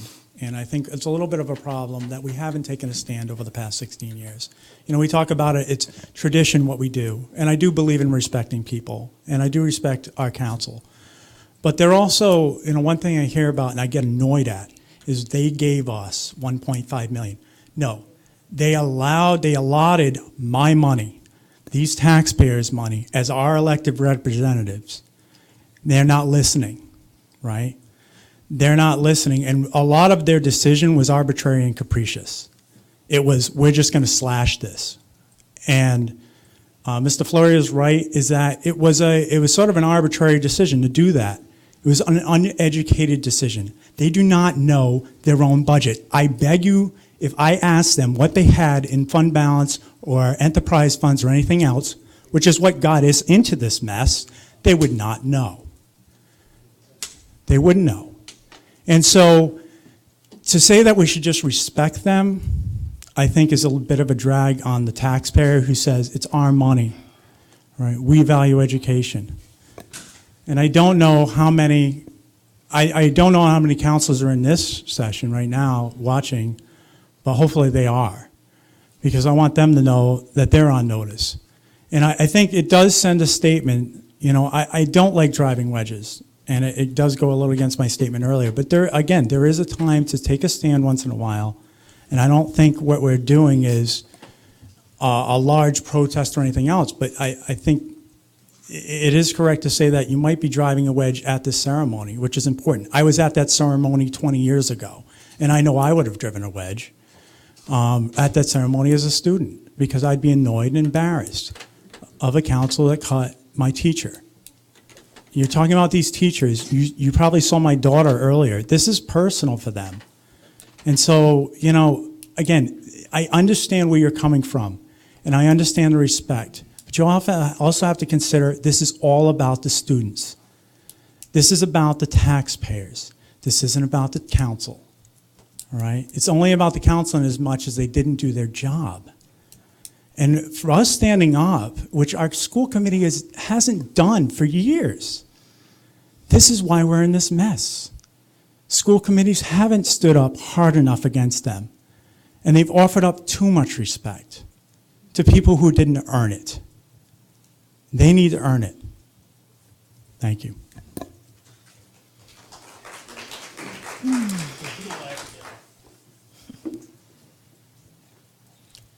Madam Chair, before He speaks, can I make a motion? Oh, yes. Can- Could go past 10 o'clock, yeah. Yes, I'd like to make a motion that the meeting go past 10. Is there a second on that? Second.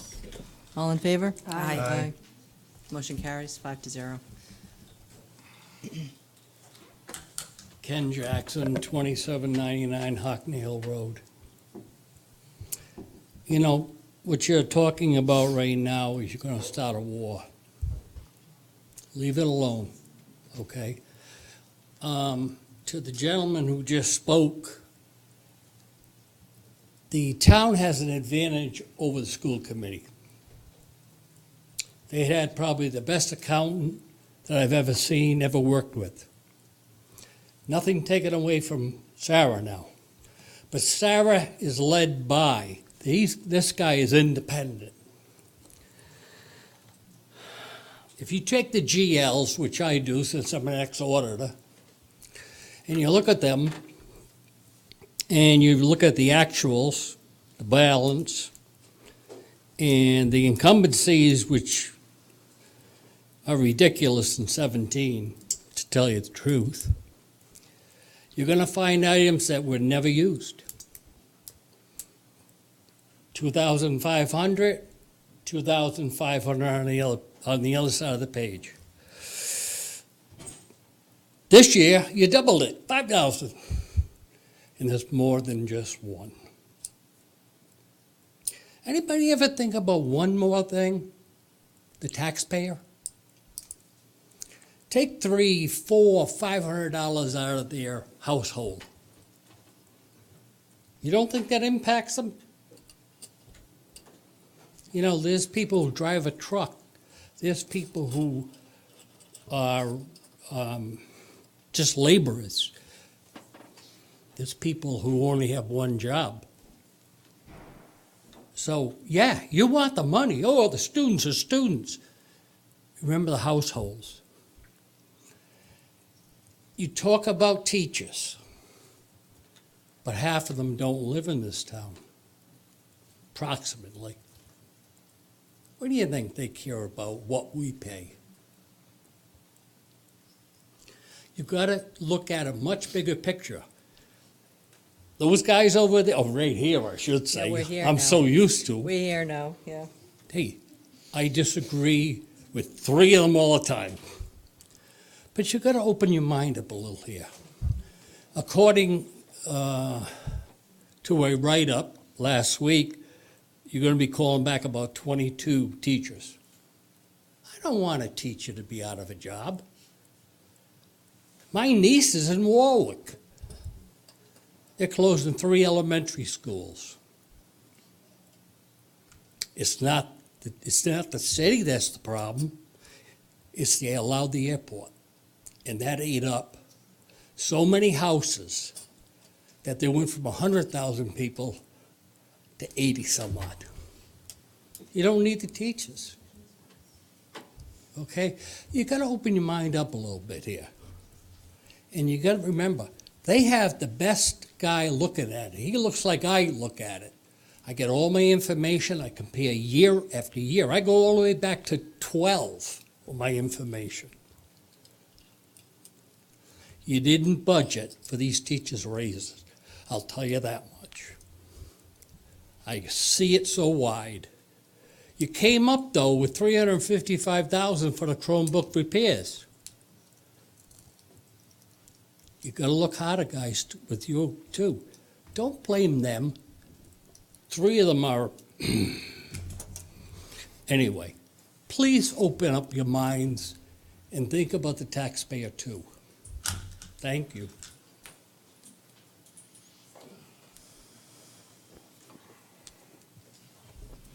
Anyone else?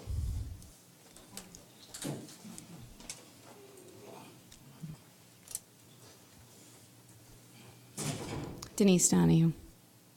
That right there, with all due respect, is the problem we have in Coventry. Is because we have situations where an older gentleman, who I'm certain has had his taxes frozen on his home, so he doesn't pay more in taxes. he has a student who happens to be in Warwick, not in Coventry. I have two students here in Coventry. No, his niece. Teacher, niece. Okay, you have, And let me tell you something. Please address the chair. okay. So, just going back to, that is unfortunately the mentality that we have had here in Coventry for a long time, is that we have two separate trains of thought. We have those people like myself and people that I know who are passionate about seeing a great town, which a great town has great schools. We're passionate about the future. We're passionate about seeing everything great. I think as a large majority of residents in Coventry, as they get older, I think they forget what it was like to need, good schools and good things for our students.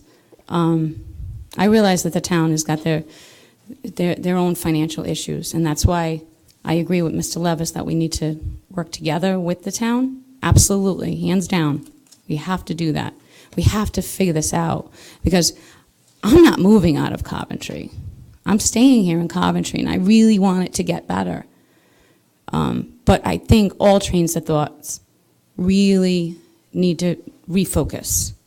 And we need, although we need to concentrate on the money, because money tends to be the bottom line, we really need to figure out the best way to get to that bottom line and not think outside the box a little bit more. Because I don't think that either side is doing that, quite frankly.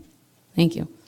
Thank you. And before we hear from you, Mr. Jackson, again, I would like to say that we should really be talking about the town council role at CHS on this particular question. And we can still have citizens' comments very quickly at the end. So if you could just wait till citizens' comments, that would be great. Okay. Any other comments on agenda item number 19?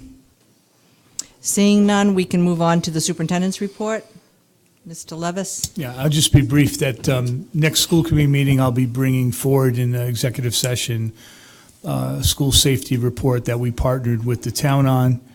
And we've been working with the police and on our school safety plans. And I think we had a very positive conversation yesterday working with the town and the police and our administrators. And want to make sure that that safety has to be at the forefront, so that we continue to work on that. And I think we said we'll have it on every agenda. We'll discuss that. So that's it. Any questions from the superintendent on that? Anything from the public?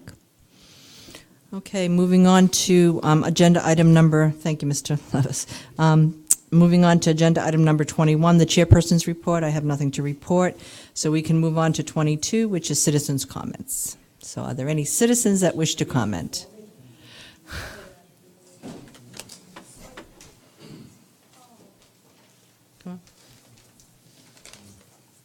Please excuse the way I dress. I don't usually dress like this, but I'm coming from my last 8th grade concert, and Mr. Costa said hi to everyone.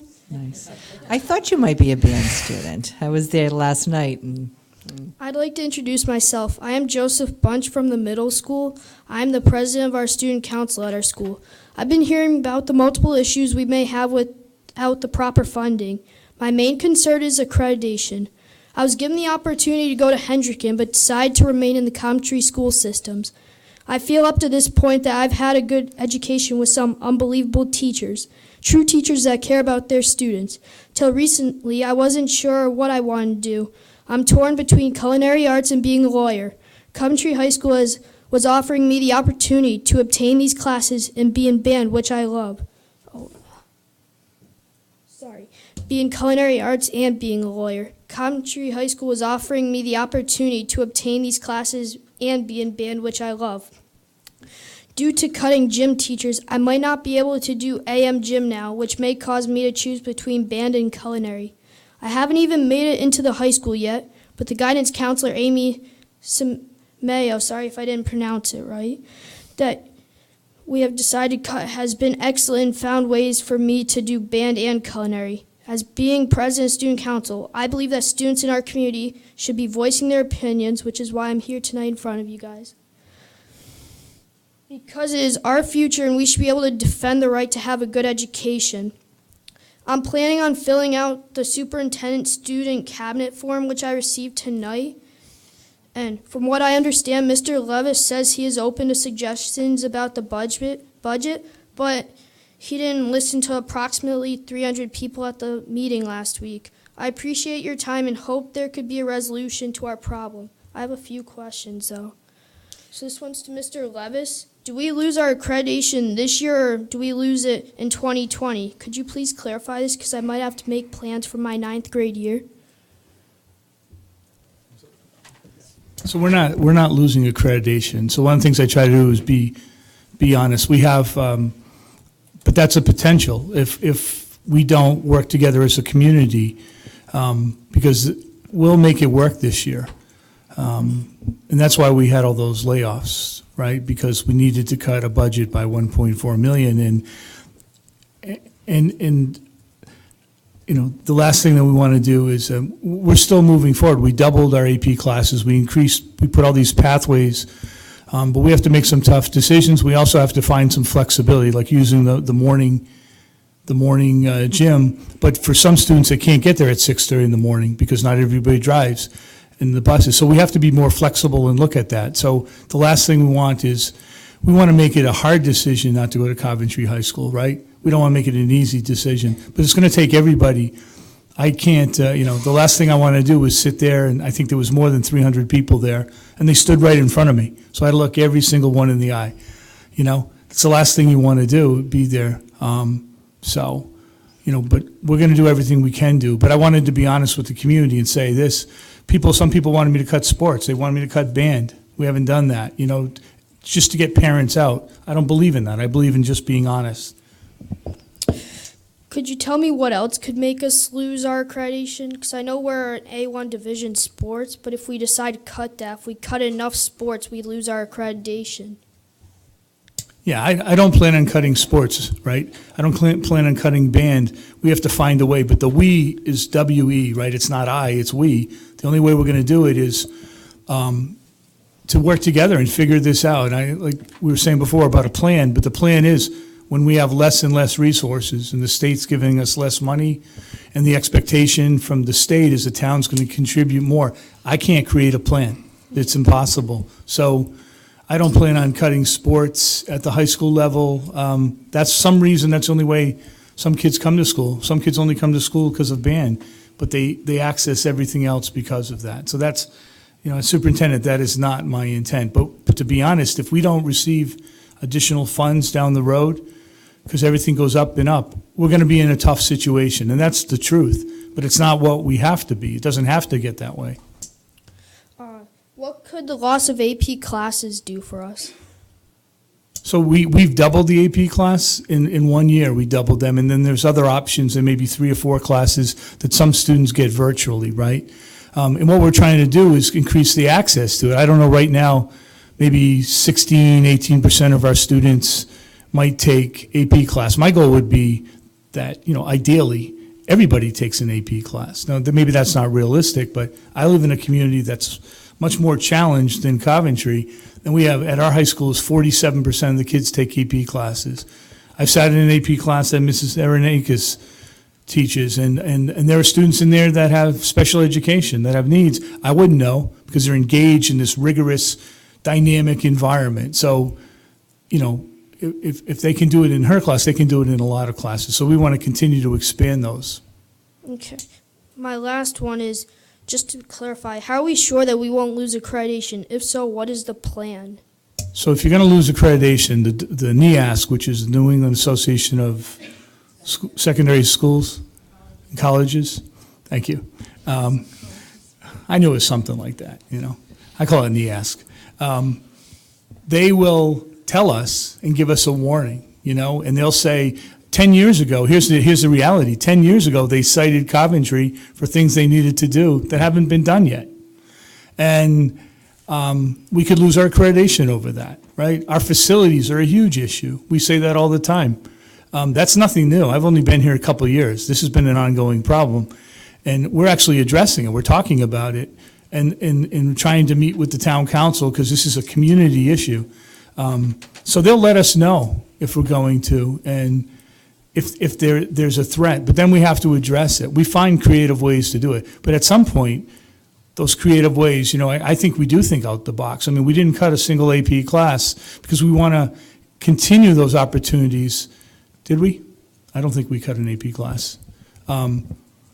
We want to continue those opportunities. We want you to be happy that you chose this over Hendricken, right? And we want to find a way so that you can take culinary and band. But guess what? There are many other high schools where students can do both, and we have to figure that out.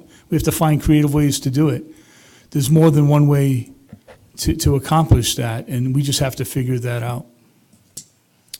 This is a what if, but if I wanted to become a lawyer and we lost our accreditation, and I'm not sure I could go there, but like, how would I get into Harvard or the school I wanted to without it? Because I heard it's the equivalent of a GED, which means you dropped out. So two things. One, there are places that have decided not to even get the accreditation. I don't agree with that. I don't think we're in that position. I know we're not. But there are institutions that feel their reputation alone, precedes them. And but that's not. So that's the rumors out there, right? That's like looking at Facebook. I don't know if you were here before, but I just look at the Coventry Public School Facebook page. We have a lot of people who are educated people. I know they're smart people. I know they're engaged individuals, but they listen and they're off and running. We had somebody post, this was shared with me, that we were cut $500 million, and other people were addressing it. It's like $500 million? Right? But there are people in our community that were off and running. And the other thing, too, is I'm right here. I'm easily accessible. People can call, and we've sent out emails and said, myself and our finance director, people are welcome to call and ask questions, and I meet with anybody. I'm not worried about losing our accreditation this year or next year. We'll have to figure that out, so I don't want you to worry about it. But I also feel that if this community doesn't prioritize, right, and that's a long-term plan, but like our facilities, have you been to the recreation center?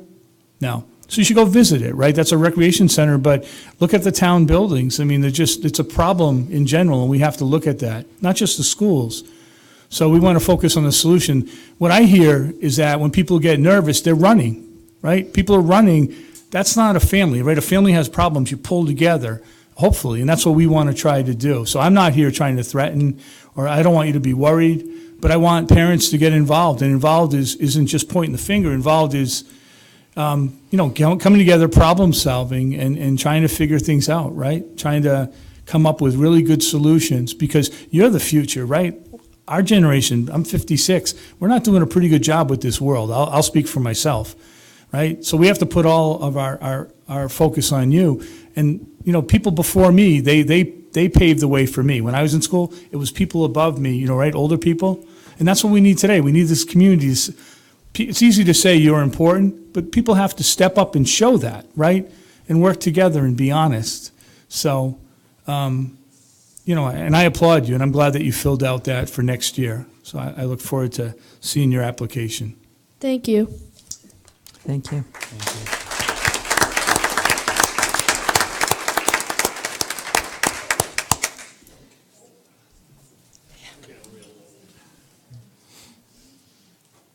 I'd like to clarify a few things for the young lady. During the night, I've been on a freeze for 18 years. At 53 years old, I was told I had to retire. I have muscular dystrophy. During the 90s, when the bottom fell out of the houses, I was paying more taxes than the house was, than other people with the same house. See, the freeze, it is, you pay this amount, but if it goes down, you still pay that amount. And by the way, I have a granddaughter, in the Coventry system who lives with us, who we're raising. I don't want to cut the budget to the bones. I don't want to go to the FTM and have to hear someone say level fund and get away with it. I'm going to fight. $300,000 is nothing. You can find it. You can find it easily. So that's enough on that. But by the way, I also served on the freeze committee, and we came up with a whole new scenario, because if you're a millionaire and you hit 65 and you've been living here 5 years, you can get on it. I served on that. I served on the charter committee. I was a volunteer fireman in my younger days. So I don't fight for me. I'm fighting for my neighbors. My neighbor has a baby and a baby on the way. The one behind me has a baby and a baby on the way. Okay, that's enough. I want to talk about an article. It came out, Mr. Levis gave his report, I think it was last week. Ms. Dixon put a couple of things in here which I really would like to talk about. Teachers should be happy. We have 22 jobs, not guaranteed, but a good possibility. That's great. And she talks about the vocation side of losing our students. That's minute to me. That's so small. We have approximately 105 kids on homeschooling. I don't know what we have in charter. I really don't. We have kids going to Henriken, my alma mater. We used to go on by horse.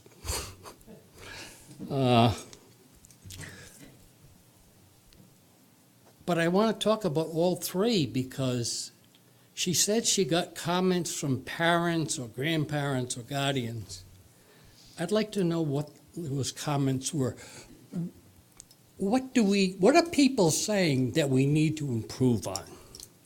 Because I'll support her 100%. What are they saying? What do you hear, Mr. Levis? What do you hear, Jim, or anybody? What are people saying? Why are they taking their kids and send them to green school? Or why are they taking their kids and saying, I'm not going to let them go to Coventry? What's going on? Please inform us. I think this is not just me, but a lot of people would like to know what we can do to make it better. Anybody want to give me some feedback, or we're going to avoid this like the plague? I'd be glad to talk to you at another time, but it's really not on our agenda, so public comment, you can kind Yeah, of I talk know. to us about it. I know, or but you bring know down the a- sad part is, I wrote back on this, Mhm. and I wrote exactly what I basically said. Got no comment, so, yeah, we should talk about it sometime. Can I just say, and I'm not going to get into a discussion, but Mrs. Dixon did ask me for those, to share that with me. So I will report it out. It's not, there's not, I don't have all these answers. I mean, we have to, we talk about things, I don't have answers to it. Like, there's not, they're not answers, Well, let me just specific say- answers. So, let me just say one but we can more thing. report out on a school committee meeting. Let me just say one more thing. You put it in writing, you should be able to answer it. That's the problem. You don't talk to us. You don't. You don't say, hey, all we ever hear is money, money, money. I'm not going to let you get cut down to nothing. I got a kid in there, and I got a kid on ROTC, which another thing, when did serving our country come to be bad? 15% of kids in ROTC through college go into the military. 85% go into the world. Thank you.